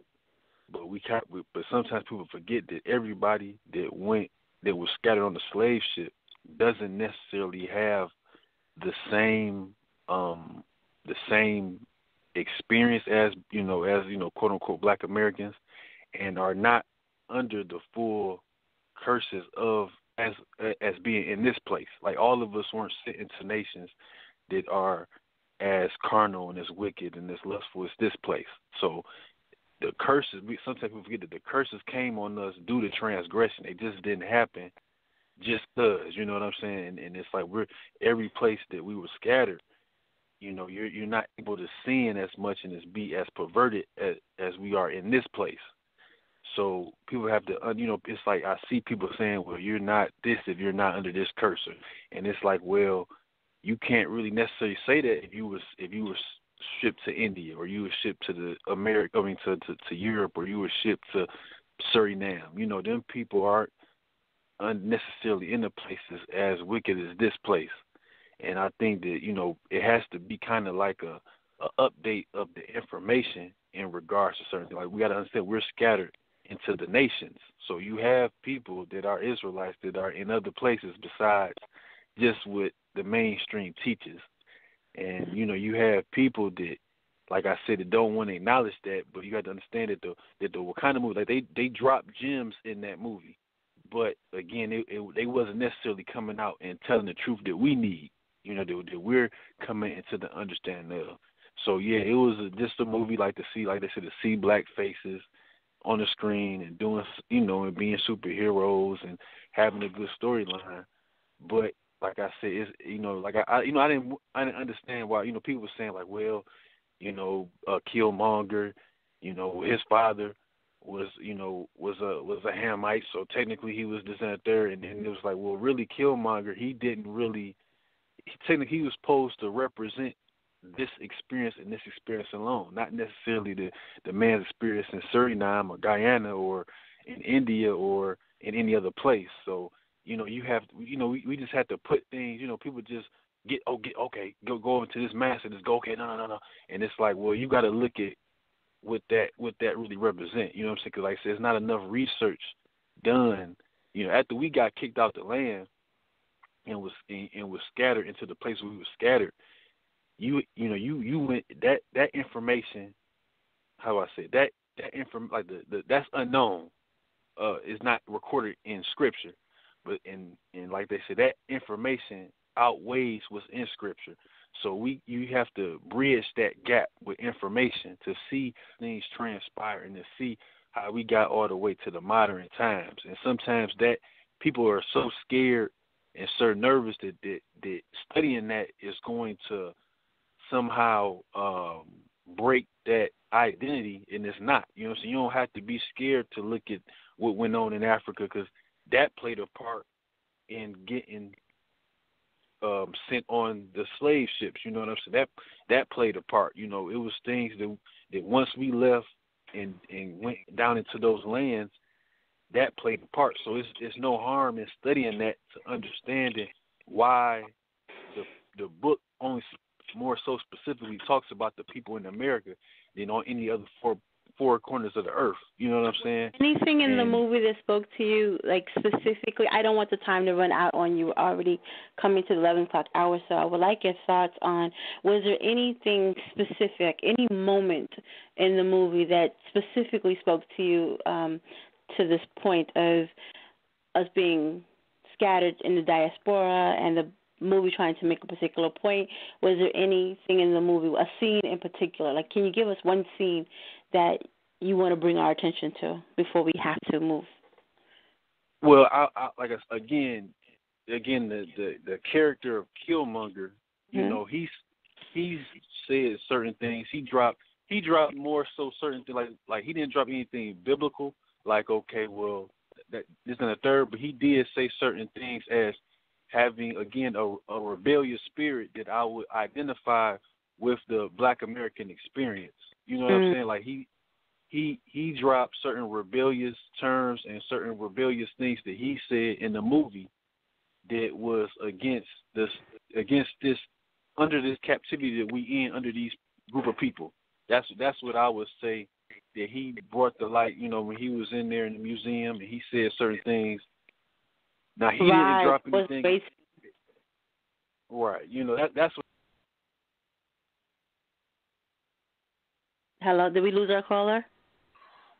I think we lost our caller. Yeah. Yep. We did? Yep.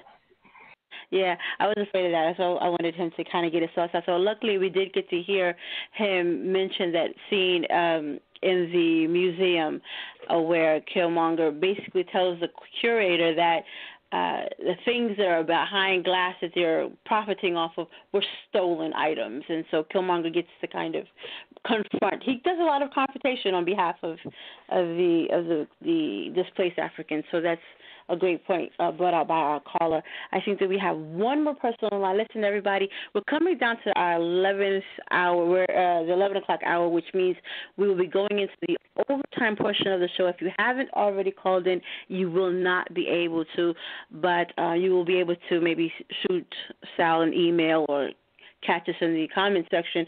If you want to call in right now, 319-527-6239, and press 1 to get in the queue and join the conversation for the last hour. As we get final thoughts, final comments, final observations, and maybe hear a little something from Amuna during this last leg of the conversation. Amuna, I know that you haven't been able to hear a lot of the conversation, but I do know that you saw the movie. So even if it's not to reflect on some of the things that have been said after we take this last caller, I would love to hear your reflections on the movie. Why do you feel like certain things have been triggering to so many of us in so many different spaces? What open wounds have been exploited or allowed to fester or whatever? Sal, can you give us our last caller before we check in with Amuna? All right, you're on the air, 843. Shalom. Thank you. This is Kanania once again. I just want to say, Lale Tov. Lale Tova. I personally haven't seen the movie yet, but I just researched and did background on it, and getting insights of it and seeing the previews and things like that of the movie. So what I wanted to say real quick was I think that, although there were, I'm hearing, a lot of idol worshiping in the movie and, just a lot of things that, just wasn't right with the movie, but I think that, and I have to be honest, and this, I don't want to offend anyone, and that's not my intent. It's never my intent, but I have to be honest. What I think is that there are a lot of subliminal messages that's hidden in this movie, and being that we are, a people, a lot of things were said, we're people that we don't have a leader, we're lost, we're, confused. And right now we are in a time where we're looking for something. We're looking for some kind of, comfort, some kind of something to to identify with, we're some of us are leaning and holding on to the Creator. and and some of us are looking elsewhere for something or someone to take up for us, because we're like, oh, the Most High is so far away, which we know that's not true, but we're looking for comfort and something else, and so this movie, they cast this movie to bring this movie out, especially in a time like this, especially what we're going through. We, as a quote-unquote black people, as they label us, and what I think is that, this movie, it's like things are being said without being said. Because after all, this is Hollywood, right? And from my understanding, a black director directed this movie. So he's only allowed to say but like that. Every time it's a movie about us, it always has to take place, and we always have to say Africa. We could never say who we truly are with these movies. But I really believe that, there's some messages about, revealing us as a lost people. If you can just get through the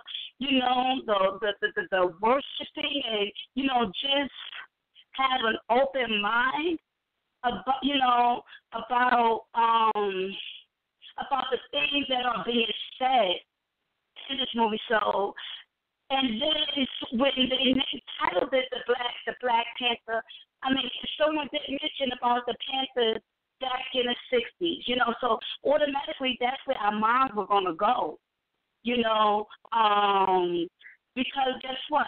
Even when they came out in the 60s or the late 60s, those Black Panthers, they did become somewhat of a superhero to us. Because guess what? They did do a lot of things and, try to stop a lot of things until the CIA, the FBI, until they came and broke that up.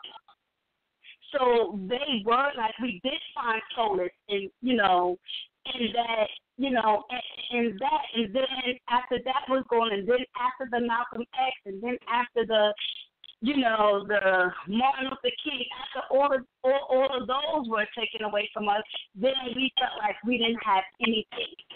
So then they knew how to time this movie to bring this movie out. And I think that also one other thing is that, a lot of our problems is, I think that what we need to first start doing is saying that we're under this curse. If we stop claiming it, because that's what keeps us down as well. Well, we're under this curse, and no, we have to get a different outlook and start really realizing that the Creator is our source. And if we, start putting our trust, more so in Him, and really see what it is that He's showing us, or what He's telling us, through this society, we would get a better grip of. So when movies come out like this, when these type of movies come out, we will get a better grip, a better understanding of what is being said. Because if you really think about all the movies that they put out, all they doing is really revealing what the moves are. Because if you think that they don't know our books, they know. Right, and that's what we're talking about now. How the movie has shared a lot of existing issues in the community, and that's why so many conversations have been spurred, because the movie does touch on so many existing issues, and like you said, it triggered certain memories, certain connections. Some people did think it was about the Black Panther Party, although it wasn't, because this movie predates that particular party, but there are so many threads that connected to it. So we really appreciate you calling in and expressing some of those things. And I think I heard you say that you may go out and see the movie, which would be great. I know there's going to be another conversation, so everyone in the listening audience to kind of tune in on the 30th when the men will be on Debate Talk for You, and the topic is T'Challa versus Killmonger, who had the truth. And we have a panel of about half a dozen brothers who will be looking into the movie. So, sis, if you get a chance to watch the movie, maybe you can call in and let them know your thoughts after having viewed it as well. Thank you so much for calling. If I'm correct, Imanaami has joined us on the Imanaami? King. Welcome to the conversation, Ima. We missed you. Thank you so much for joining us. Okay, and Tola Rabbi, I have to say Tola to Yaisha too because she connected me. First of all, Shalom Uvrakot Mishpaka. May the Most High continue to bless each and every one of us in this beautiful new year. The Christian brother who called in, I think that whatever you have, even a controversy, there are rules of common courtesy that should be observed. And I did not get that from this brother particularly. I'm sure that if he wanted to, he could find plenty of Christian stations wherein he could call in and utter all the controversy that he wanted to, and he would be completely within his realm. I'm sure that anybody who knows anything about the Christian church, even up to date, knows that there's plenty of room for controversy there. That having been said, however, I have to compliment the brother who called in from Sacramento. I think he was the first brother, and I think he's right. This brother was very angry. He wanted to lash out. This was a forum, and we were being very. I think I have to give compliments to the daughters on the panel because you were still very courteous despite this brother's obvious anger and obvious retorts back and forth. You were very courteous to him, and I think that is more in keeping with the commandments of the Lord. I think my opinion on the movie, I did see it. I couldn't wait to see it because I'd heard it was a black director, black this, black that, and I just said, let me go. I'm using black as a euphemism for Israelite, of course. My thing about the movie, and I'm not going to give any particular critique, of course I enjoyed it, but I think what happened, and I think the reason why it's making such a phenomenal run around the world, it's about to reach the 1 billion mark, I think it may have even passed it by now, is because I think the whole world understands that salvation is going to come through a black man or a black nation. And they thought they had it with Obama. This is why he was popular to some degree. A very, very popular. It was that wave of hope. Whether you thought he was a good president or not, that's not the point. The point is that the world seemed to be waiting for him. He was not an Israelite, as it is, or he is not an Israelite. But the thing about it with this movie, the reason why it's had such phenomenal success worldwide is because the world is waiting for Yisrael. They don't know that it's Yisrael. Some of them do know it's Yisrael. But when they see something like this getting closer to the mark to some degree, this is what the world has been waiting for. And I think that is demonstrated in its remarkable success.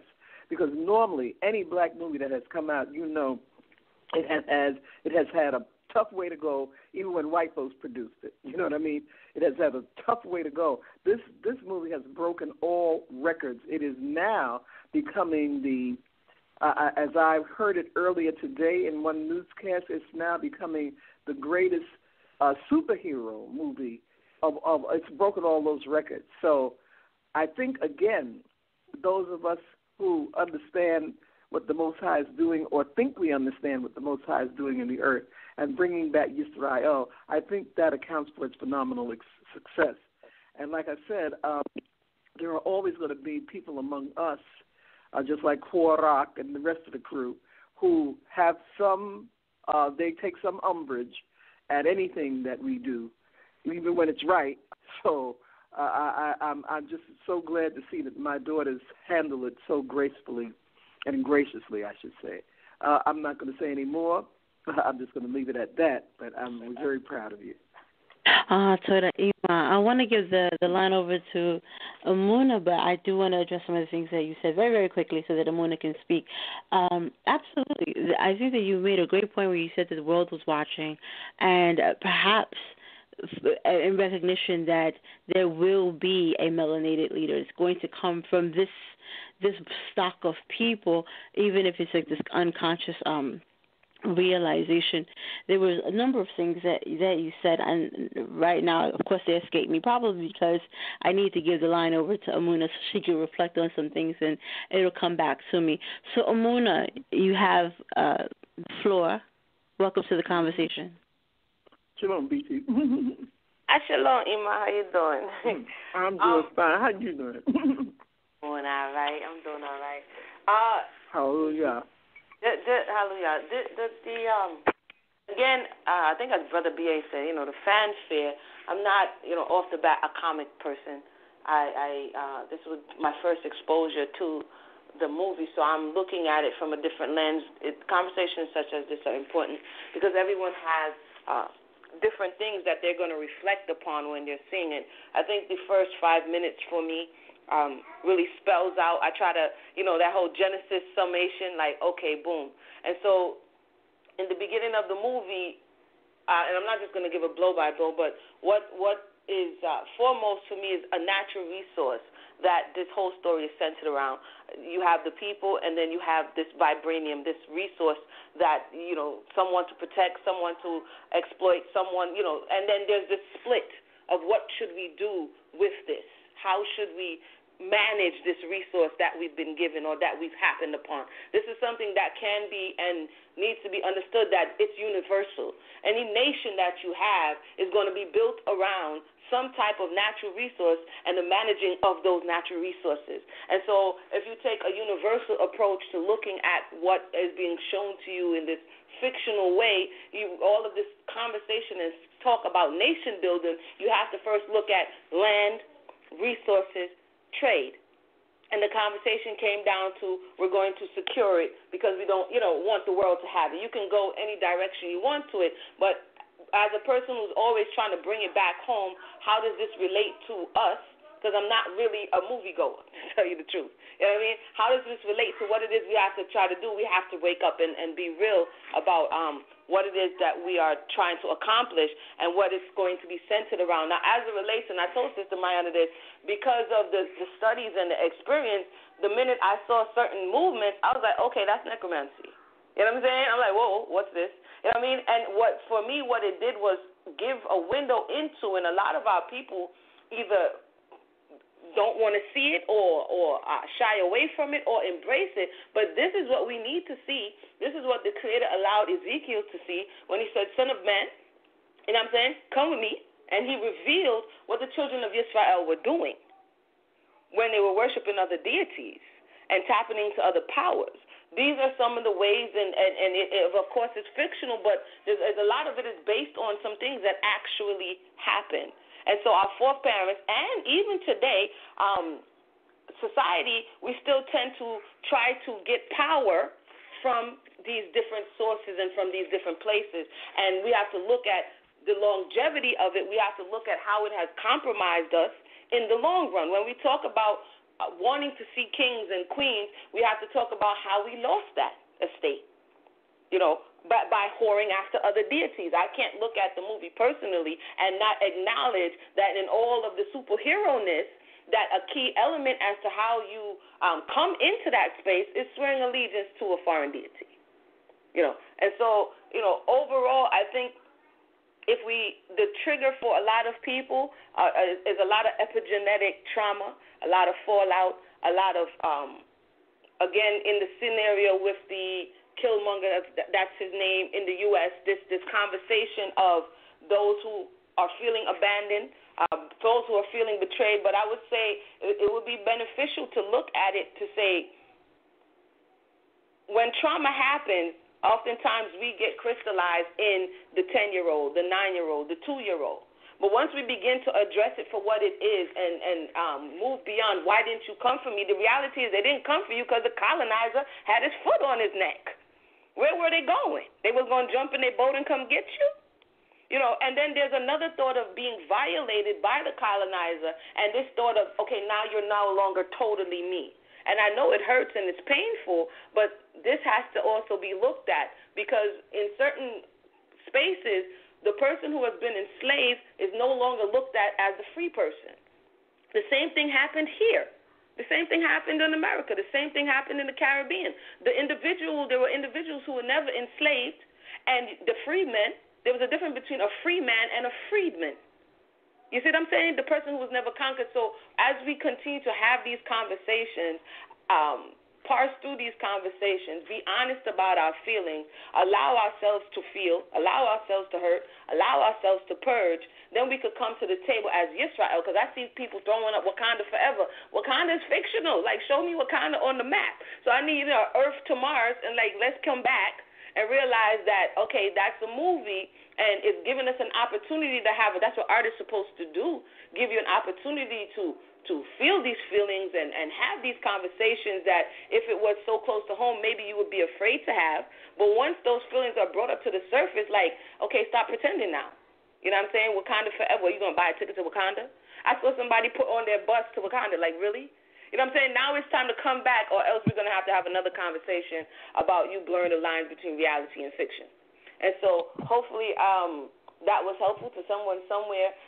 There were all parts of, for me, the experience of the diaspora, of the colonizer, of the capture. And one more thing that struck me, and I think it was Sister Malaka was talking about the Hollywood aspect of having to, I was a little offended, when the European gets not necessarily the starring role, but like the key, person who helps save. I'm like, what in the world is this?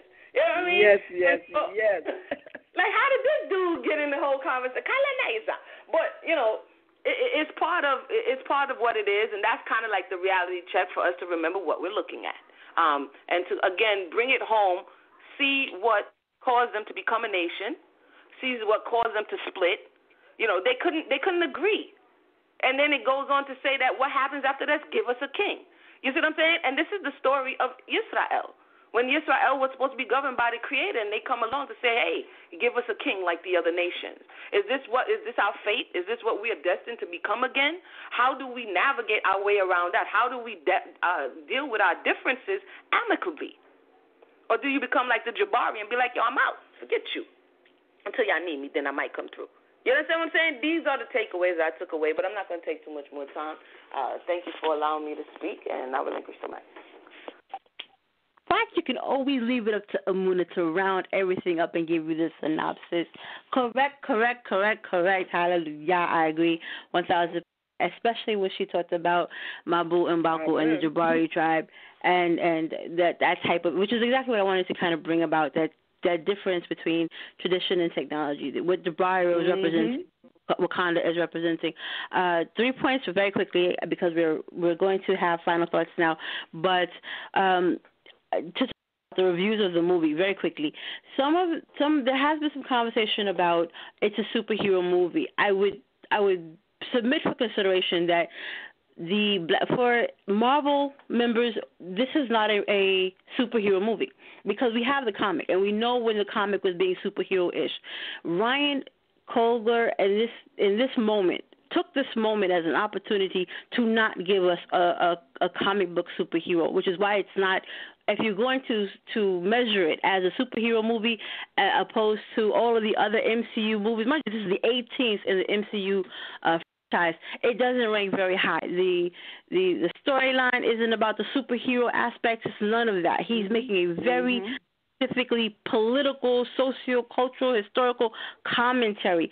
So when it gets kind of measured on that MCU scale, it comes up short. And so you see a lot of kind of negative pushback in terms of, this is not the great action movie. It's not the best action movie ever. It's kind of dry in those areas. If you went there looking for it to be. So for those of you who haven't seen it, I don't know what but if you haven't seen it, or you just didn't want to see it but now you're thinking about seeing it, if you're thinking about seeing it and comparing it to the Incredible Hulk or to the Avenger movies or to the Iron Man movies, it's not that kind of MCU. Ryan is very deliberately taking advantage, and I think this is great, because there's a little bit of dissent in there. I like the rebellion in there. Is he saying, for real, you're going to give me a budget and a cast? I'm not going to give you another MCU movie. I'm going to make a statement. And that's what he did. So a lot of people that were going there looking for another comic book flick didn't get what they were looking for. And that's another reason why you're having all of these other conversations, because it was meant to be that.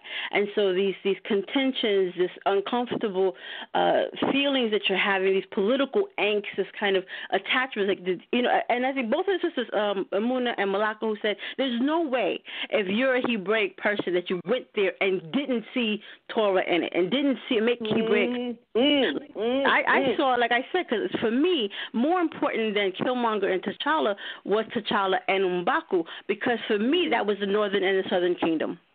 The Northern Kingdom immediately wanted to worship another Elohim, the separation. And that, for me, I was looking at those. It was impossible for me not to make Torah connections, because Torah is what we live every day. It's really hard for us to see anything without kind of necessarily making that our filter, because we've just made that normative for us. Everything gets filtered in that way. So we were really trying to look at that. The other thing was the Killmonger dynamic. That Killmonger has an internal conflict, and I wanted to share it really quickly. Although Killmonger hates that he came here and that he understands himself as a victim of colonization, he's also, we can't forget that he's also a graduate. He's actually he ends up being the benefactor of all of the things that the government has to offer. He's a highly decorated military special forces soldier. He has degrees in up the wazoo from elite colleges.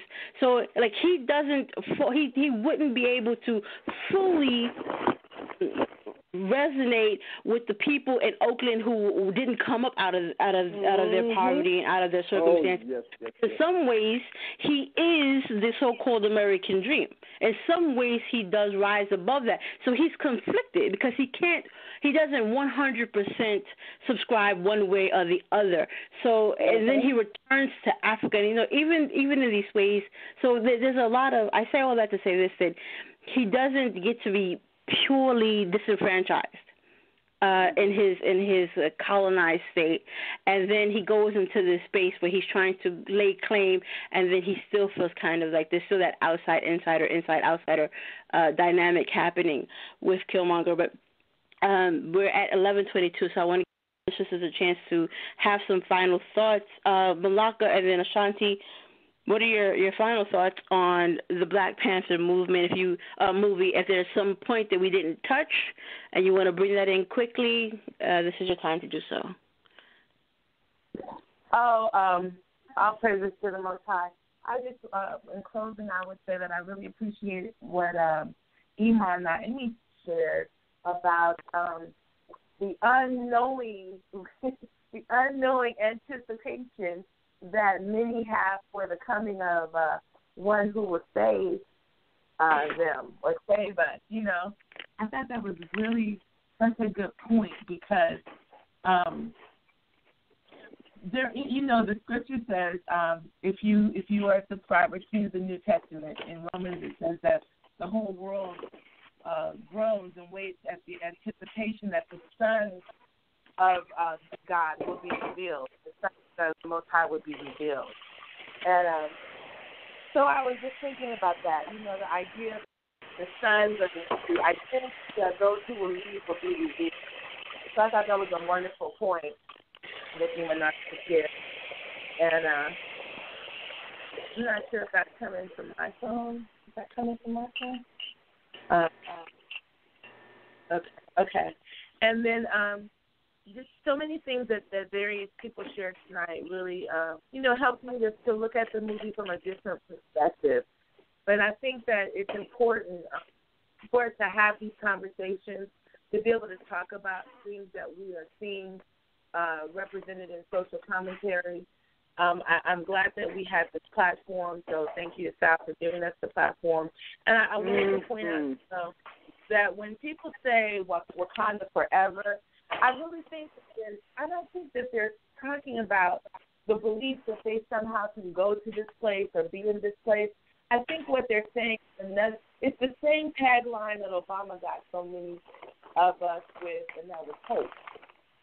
You know, he used that same tagline, hope. And I think that Wakanda Forever is people's way of saying that they hope for a different way of being, a different faith to be in, you know.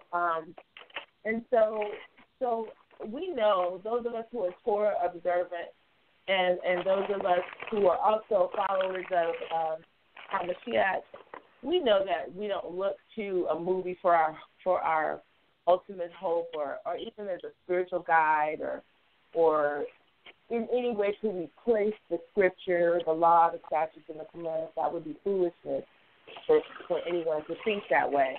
But what I think we can take away from the movie is that there are some things that we do need to look at. There are things that resonated within us for various reasons. And I've heard more people than I can count talk about how they resonated with Eric Killmonger, with that character. And that leads me to believe that there's more healing, there's more introspection and prayer and deliverance that needs to happen, you know.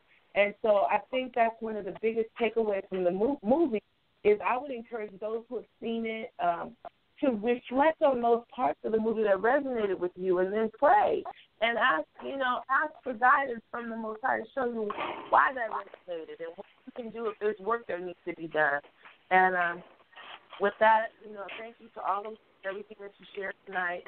I say this every time that we talk, I grow. So with that, I'll say shalom.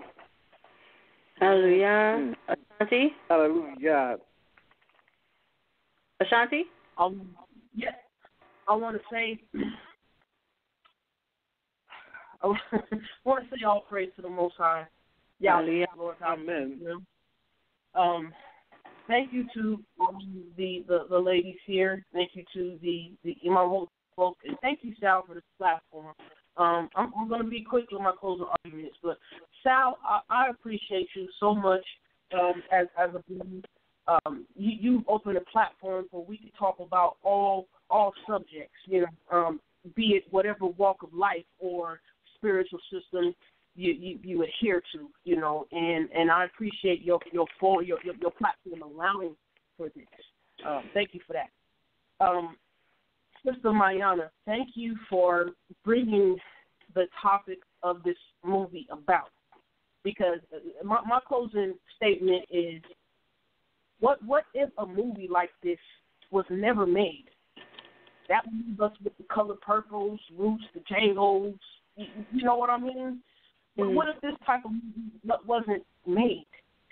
And were we looking for this type of movie to represent the Bible in Israel, or were we looking at this movie for what it brought out and things to examine from a different light, from a different angle, the socio-political climate and parameters of what we're facing today? There's so much disconnect, and we're trying to reconnect. There's so much discord, and we're trying to be restored. We're trying to mend these broken relationships, and we're trying to get an understanding. You know what I mean? I thank you for bringing this out, because this was, like you said, this wasn't your ordinary dry review, Siskel and Ebert, So this was to look at things we can analyze that showed us different, like Sister Angela said, different perspectives that we can go back and examine and look at and see where things relate, see how these stories pan out and are parallel to what we're dealing with today, and make sure we know, we have to be mindful of these things that they're going on, and to be mindful first is to then start putting the action, what we're going to do to heal and win and try to move with a forward progression. Like someone said, when you say Wakanda Forever, it's a mindset. I love the excitement of our people, that they wanted to go see this movie. And like B.A. said, the excitement of our people it probably hit the $1 billion mark Imagine if we took that mindset, this excitement, and put our money together collectively like that. How much we can be more self-sufficient, come together for that common goal. Like Sister Emily said, these natural resources. We have these natural resources. We just gotta believe we have it and believe we have the power already and the capability and the skills and the wisdom to use these for our benefit as the Most High out. Like Amuna said in Genesis 1, he said for male and female to come together and have dominion. Not just for the sake of producing babies, but producing the things that will sustain them, right? So I want to say, I like to look at all the parallels of the spirituality systems, whatever we have, whether we Christian, Israelite, Sikh, Buddhist, Muslim, we benefit from looking at the things we have in common.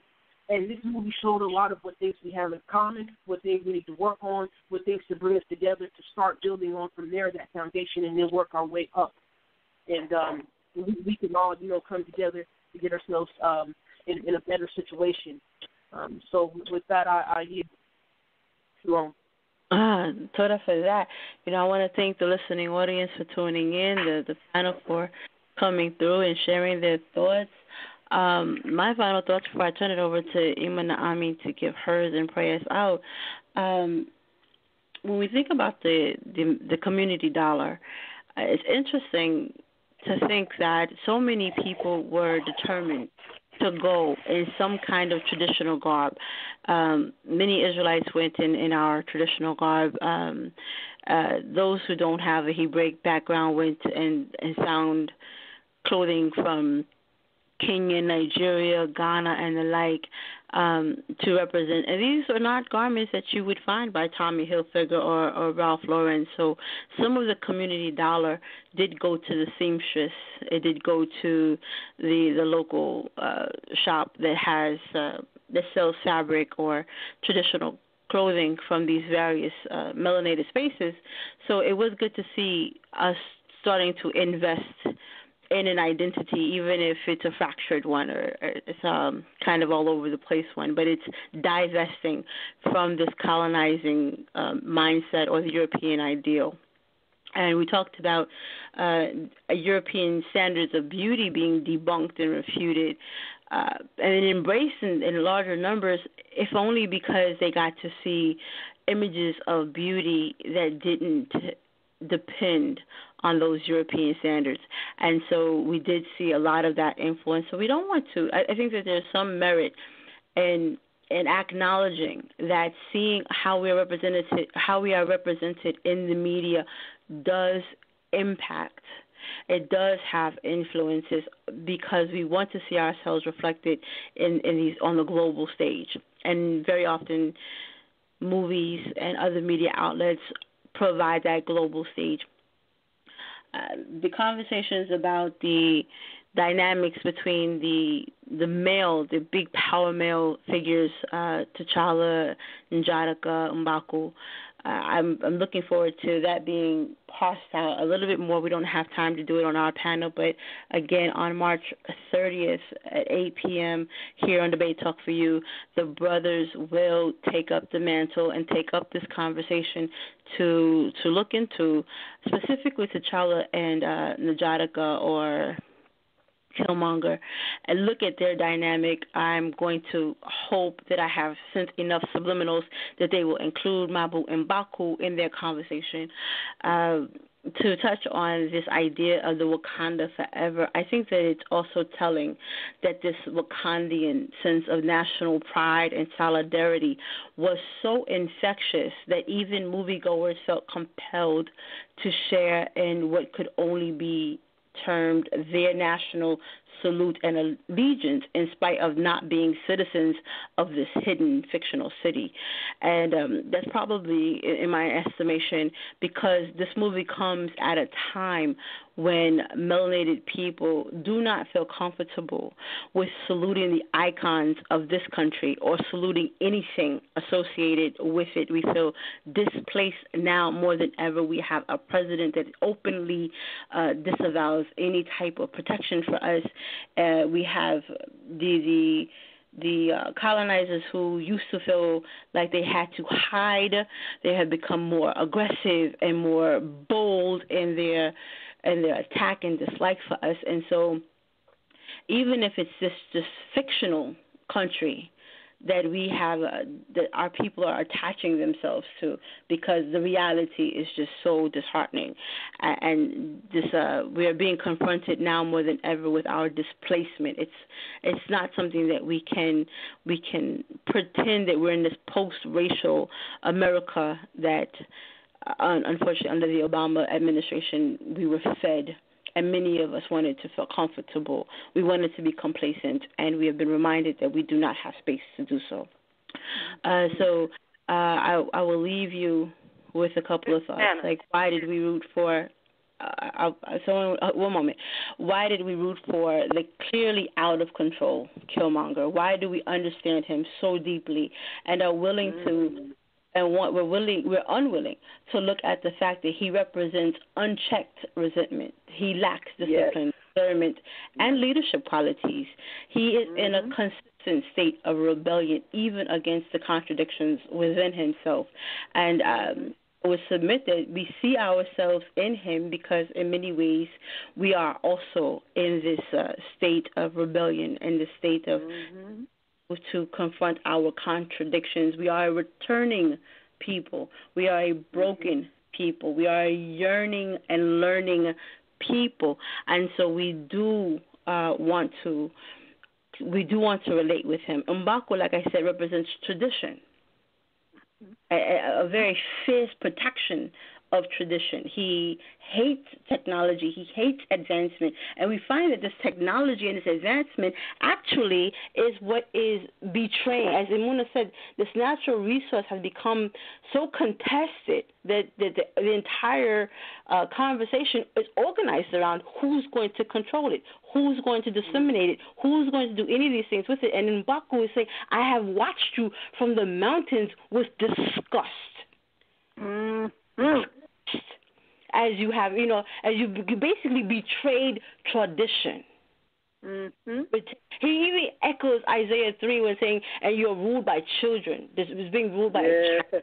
And he's speaking about Shuri at the time, because she's the one that's basically in control of the technology. But he's reminded, he's disgusted by this. You become, because, according to parlance, I would be Judah. Judahites have this thing, you got too grown. You saw that you got too grown. And they have this vibranium. They have this powerful thing. It's like you forgot. You've forgotten. You've forgotten tradition. You've scoffed at tradition. And Shuri kind of does that. When T'Challa comes into her lab and he's in his sandals, she's like, yeah, the elders must have loved that. This kind of look back.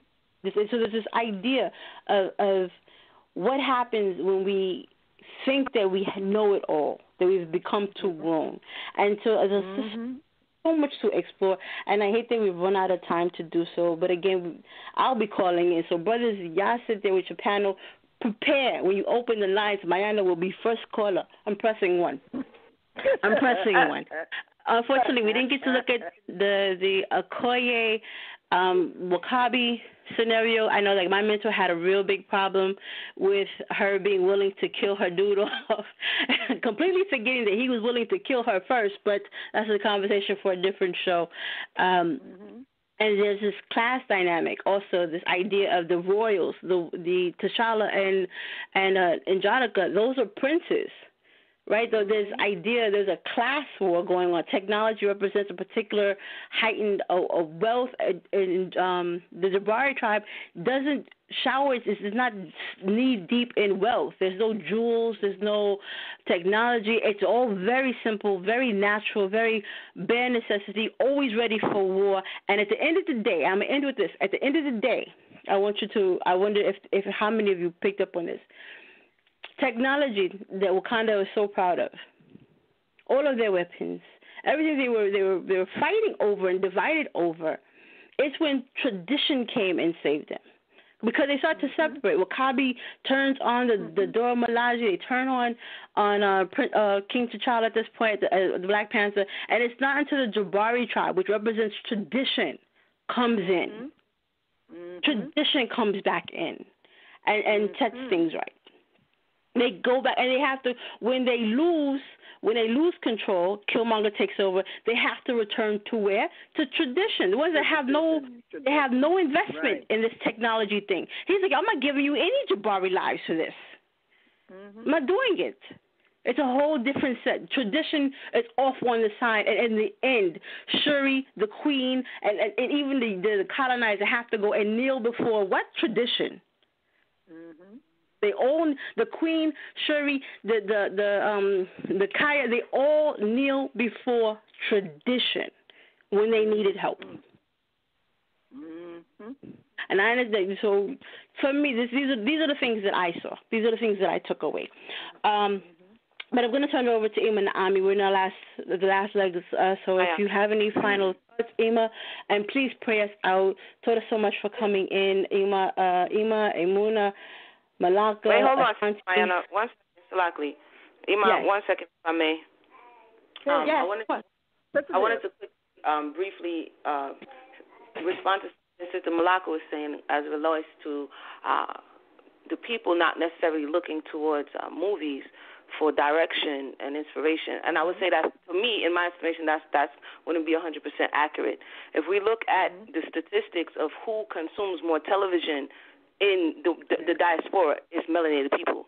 If we look at who has lost their customs, who has lost their traditions, who has lost their direction, it's melanated people. And so when you look at why they invest so much money, energy, and attention into writing your narrative, is because they know that they inform you. And so we cannot say when we look, and you look at the statistics, melanated people watch over 7 hours of television as compared to the Asian, who is 3.14. I say that you're not going to put so much money into an industry that does not have effect. Media, communication, and we are totally, our Bible, our Torah is media. It is communicating to us a message. And so when we have our people between music and what the Torah is saying, and the music has such a pull on you that even though you know what the Torah says, you go towards the music, we cannot underestimate that. And so, as someone else said, there's hidden things in the movie. There are things that are slipped in movies in general. And if we look at how movies have changed, when the black exploitation came in the 70s, everybody thought they were pimps. Everybody thought they was Foxy Brown. That changed you from black power, civil rights, to afros and fish in your shoes, like on I'm Gonna Get You Sucker. So, again, that may be another conversation for another day, but I wanted to say that we have to be honest about where we are and how much media does affect our thinking, does affect the choices that we make, does affect the clothes that we wear. Movies, videos, music, whatever, books. You understand what I'm saying? These novels that are putting out right there, they're softcore porn. These novels that they're calling novels, they're not Terry McMillan novels or Maya Angelou. This is porn they're putting out today.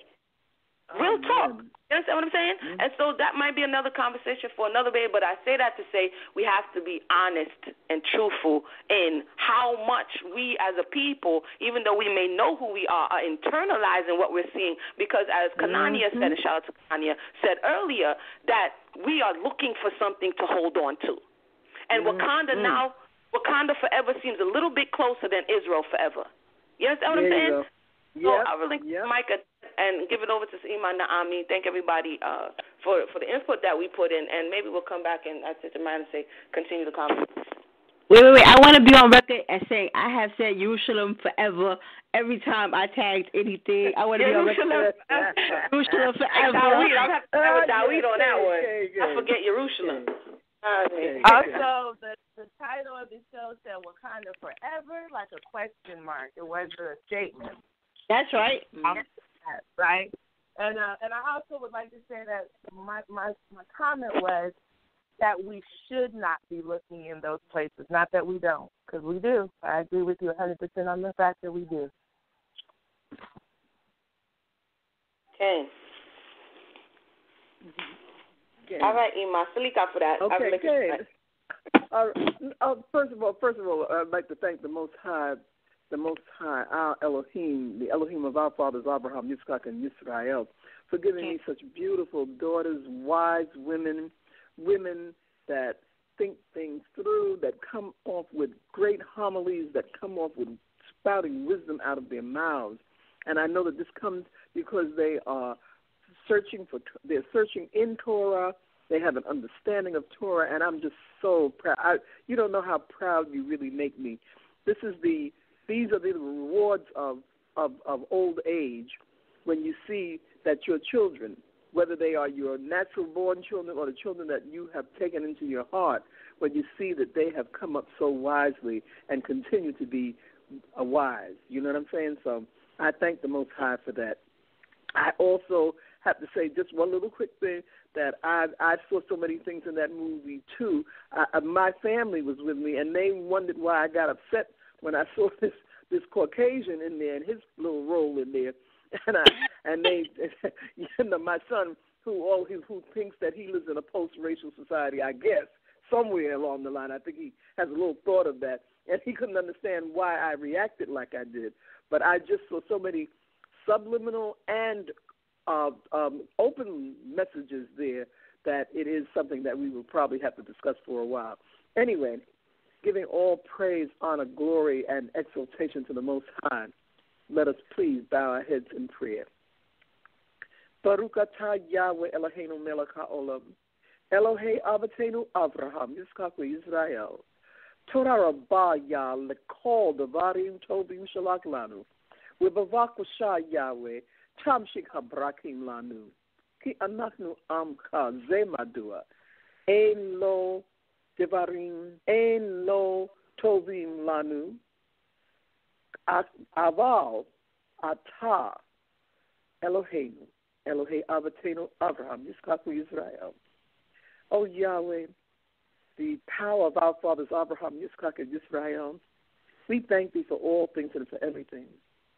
We thank thee and ask that thou would continue to bless us, not because of our goodness, but because we are thy people. Therefore, Yah, we give all praise, honor, and glory unto thee. I thank you, O Yah, and we thank thee, O Yah, for giving us Brother Sal, who has made this forum available to us. We thank you for the daughters on the panel who come forth as wise women and give us this forum in order for us to be able to express our thoughts and share wisdom among us. For we know that not one of us has all of the wisdom, but collectively we can share the wisdom that we have gotten because thou hast opened our eyes and our hearts to understanding. We thank you for these things, O Yah. We ask that you bless each and every person on this line and even those who are not. We ask that you bless all the families that they represent, O Yah, from the youngest to the oldest. We ask, O Yah, that you would heal all the sick, particularly my Bane, Aunt El, my granddaughter, Amanda, and all those, O Yah, who are in need of special healing. Remember my daughter Bathsheba, and please continue to have her heal. If I have not mentioned them by name, O Yah, forgive me, Salak Lanu, Salak Li. But thou knowest them all by character as well as by name. So therefore I ask that you would heal all in the house of Yisrael who need healing, whether it be physical, emotional, psychological, economic, in all the ways that we suffer, O Yah. Please remember us and remember the promise that thou sworn to our fathers Abraham, Yitzchak, and Israel, that thou would not forget us, that thou would not abandon us, even when we had abandoned thee. Again, O Yah, we thank thee for all things and for everything, knowing full well that our words are not enough to thank thee up to the greatness of thy power. But thou knowest that we are finite people, O Yah. And thou knowest that even in our undone state, because thou hast been merciful even to us in this state, that we are able to once again call upon thy name with joy and with gladness of heart. We ask, O Yah, that you would continue to be with us. Be with us in our upcoming holy season, that thou would be with us and bless all the celebrations. We know that we are divided as a nation. We know that we are coming from different understandings, but we ask, Lord God, that you would bless the efforts that we are making in trying to return unto thy laws, statutes, and commandments. Yes, Again, oh God, we thank thee for all things and for everything, whether we remember it or not, for thou hast not forgotten us because of thy mercies and because of thy loving kindness. We ask, Lord God, that you will continue your blessings to us and our families and even to the whole house of Israel, wherever they may be scattered throughout the length and breadth of this earth. Remember our families. Remember those who are in prison, in the nursing homes, in the insane asylums, those who are homeless or facing homelessness, those who are sick and shut in of one thing or another, those who are suffering in any way. Please bless the whole house of Israel. We come before thee again, O Yah, with bended head and bended knee, to praise thy high, holy, and exalted name by saying, Baruch atah Yahweh Eloheinu melech haolam, Elohei Avotenu Avraham, Yitzchak Yisrael, mehadir eratah, kol hazman tamid vetamid. Hallelujah. Amen. Hallelujah. Yeah, amen. Hallelujah. Amen.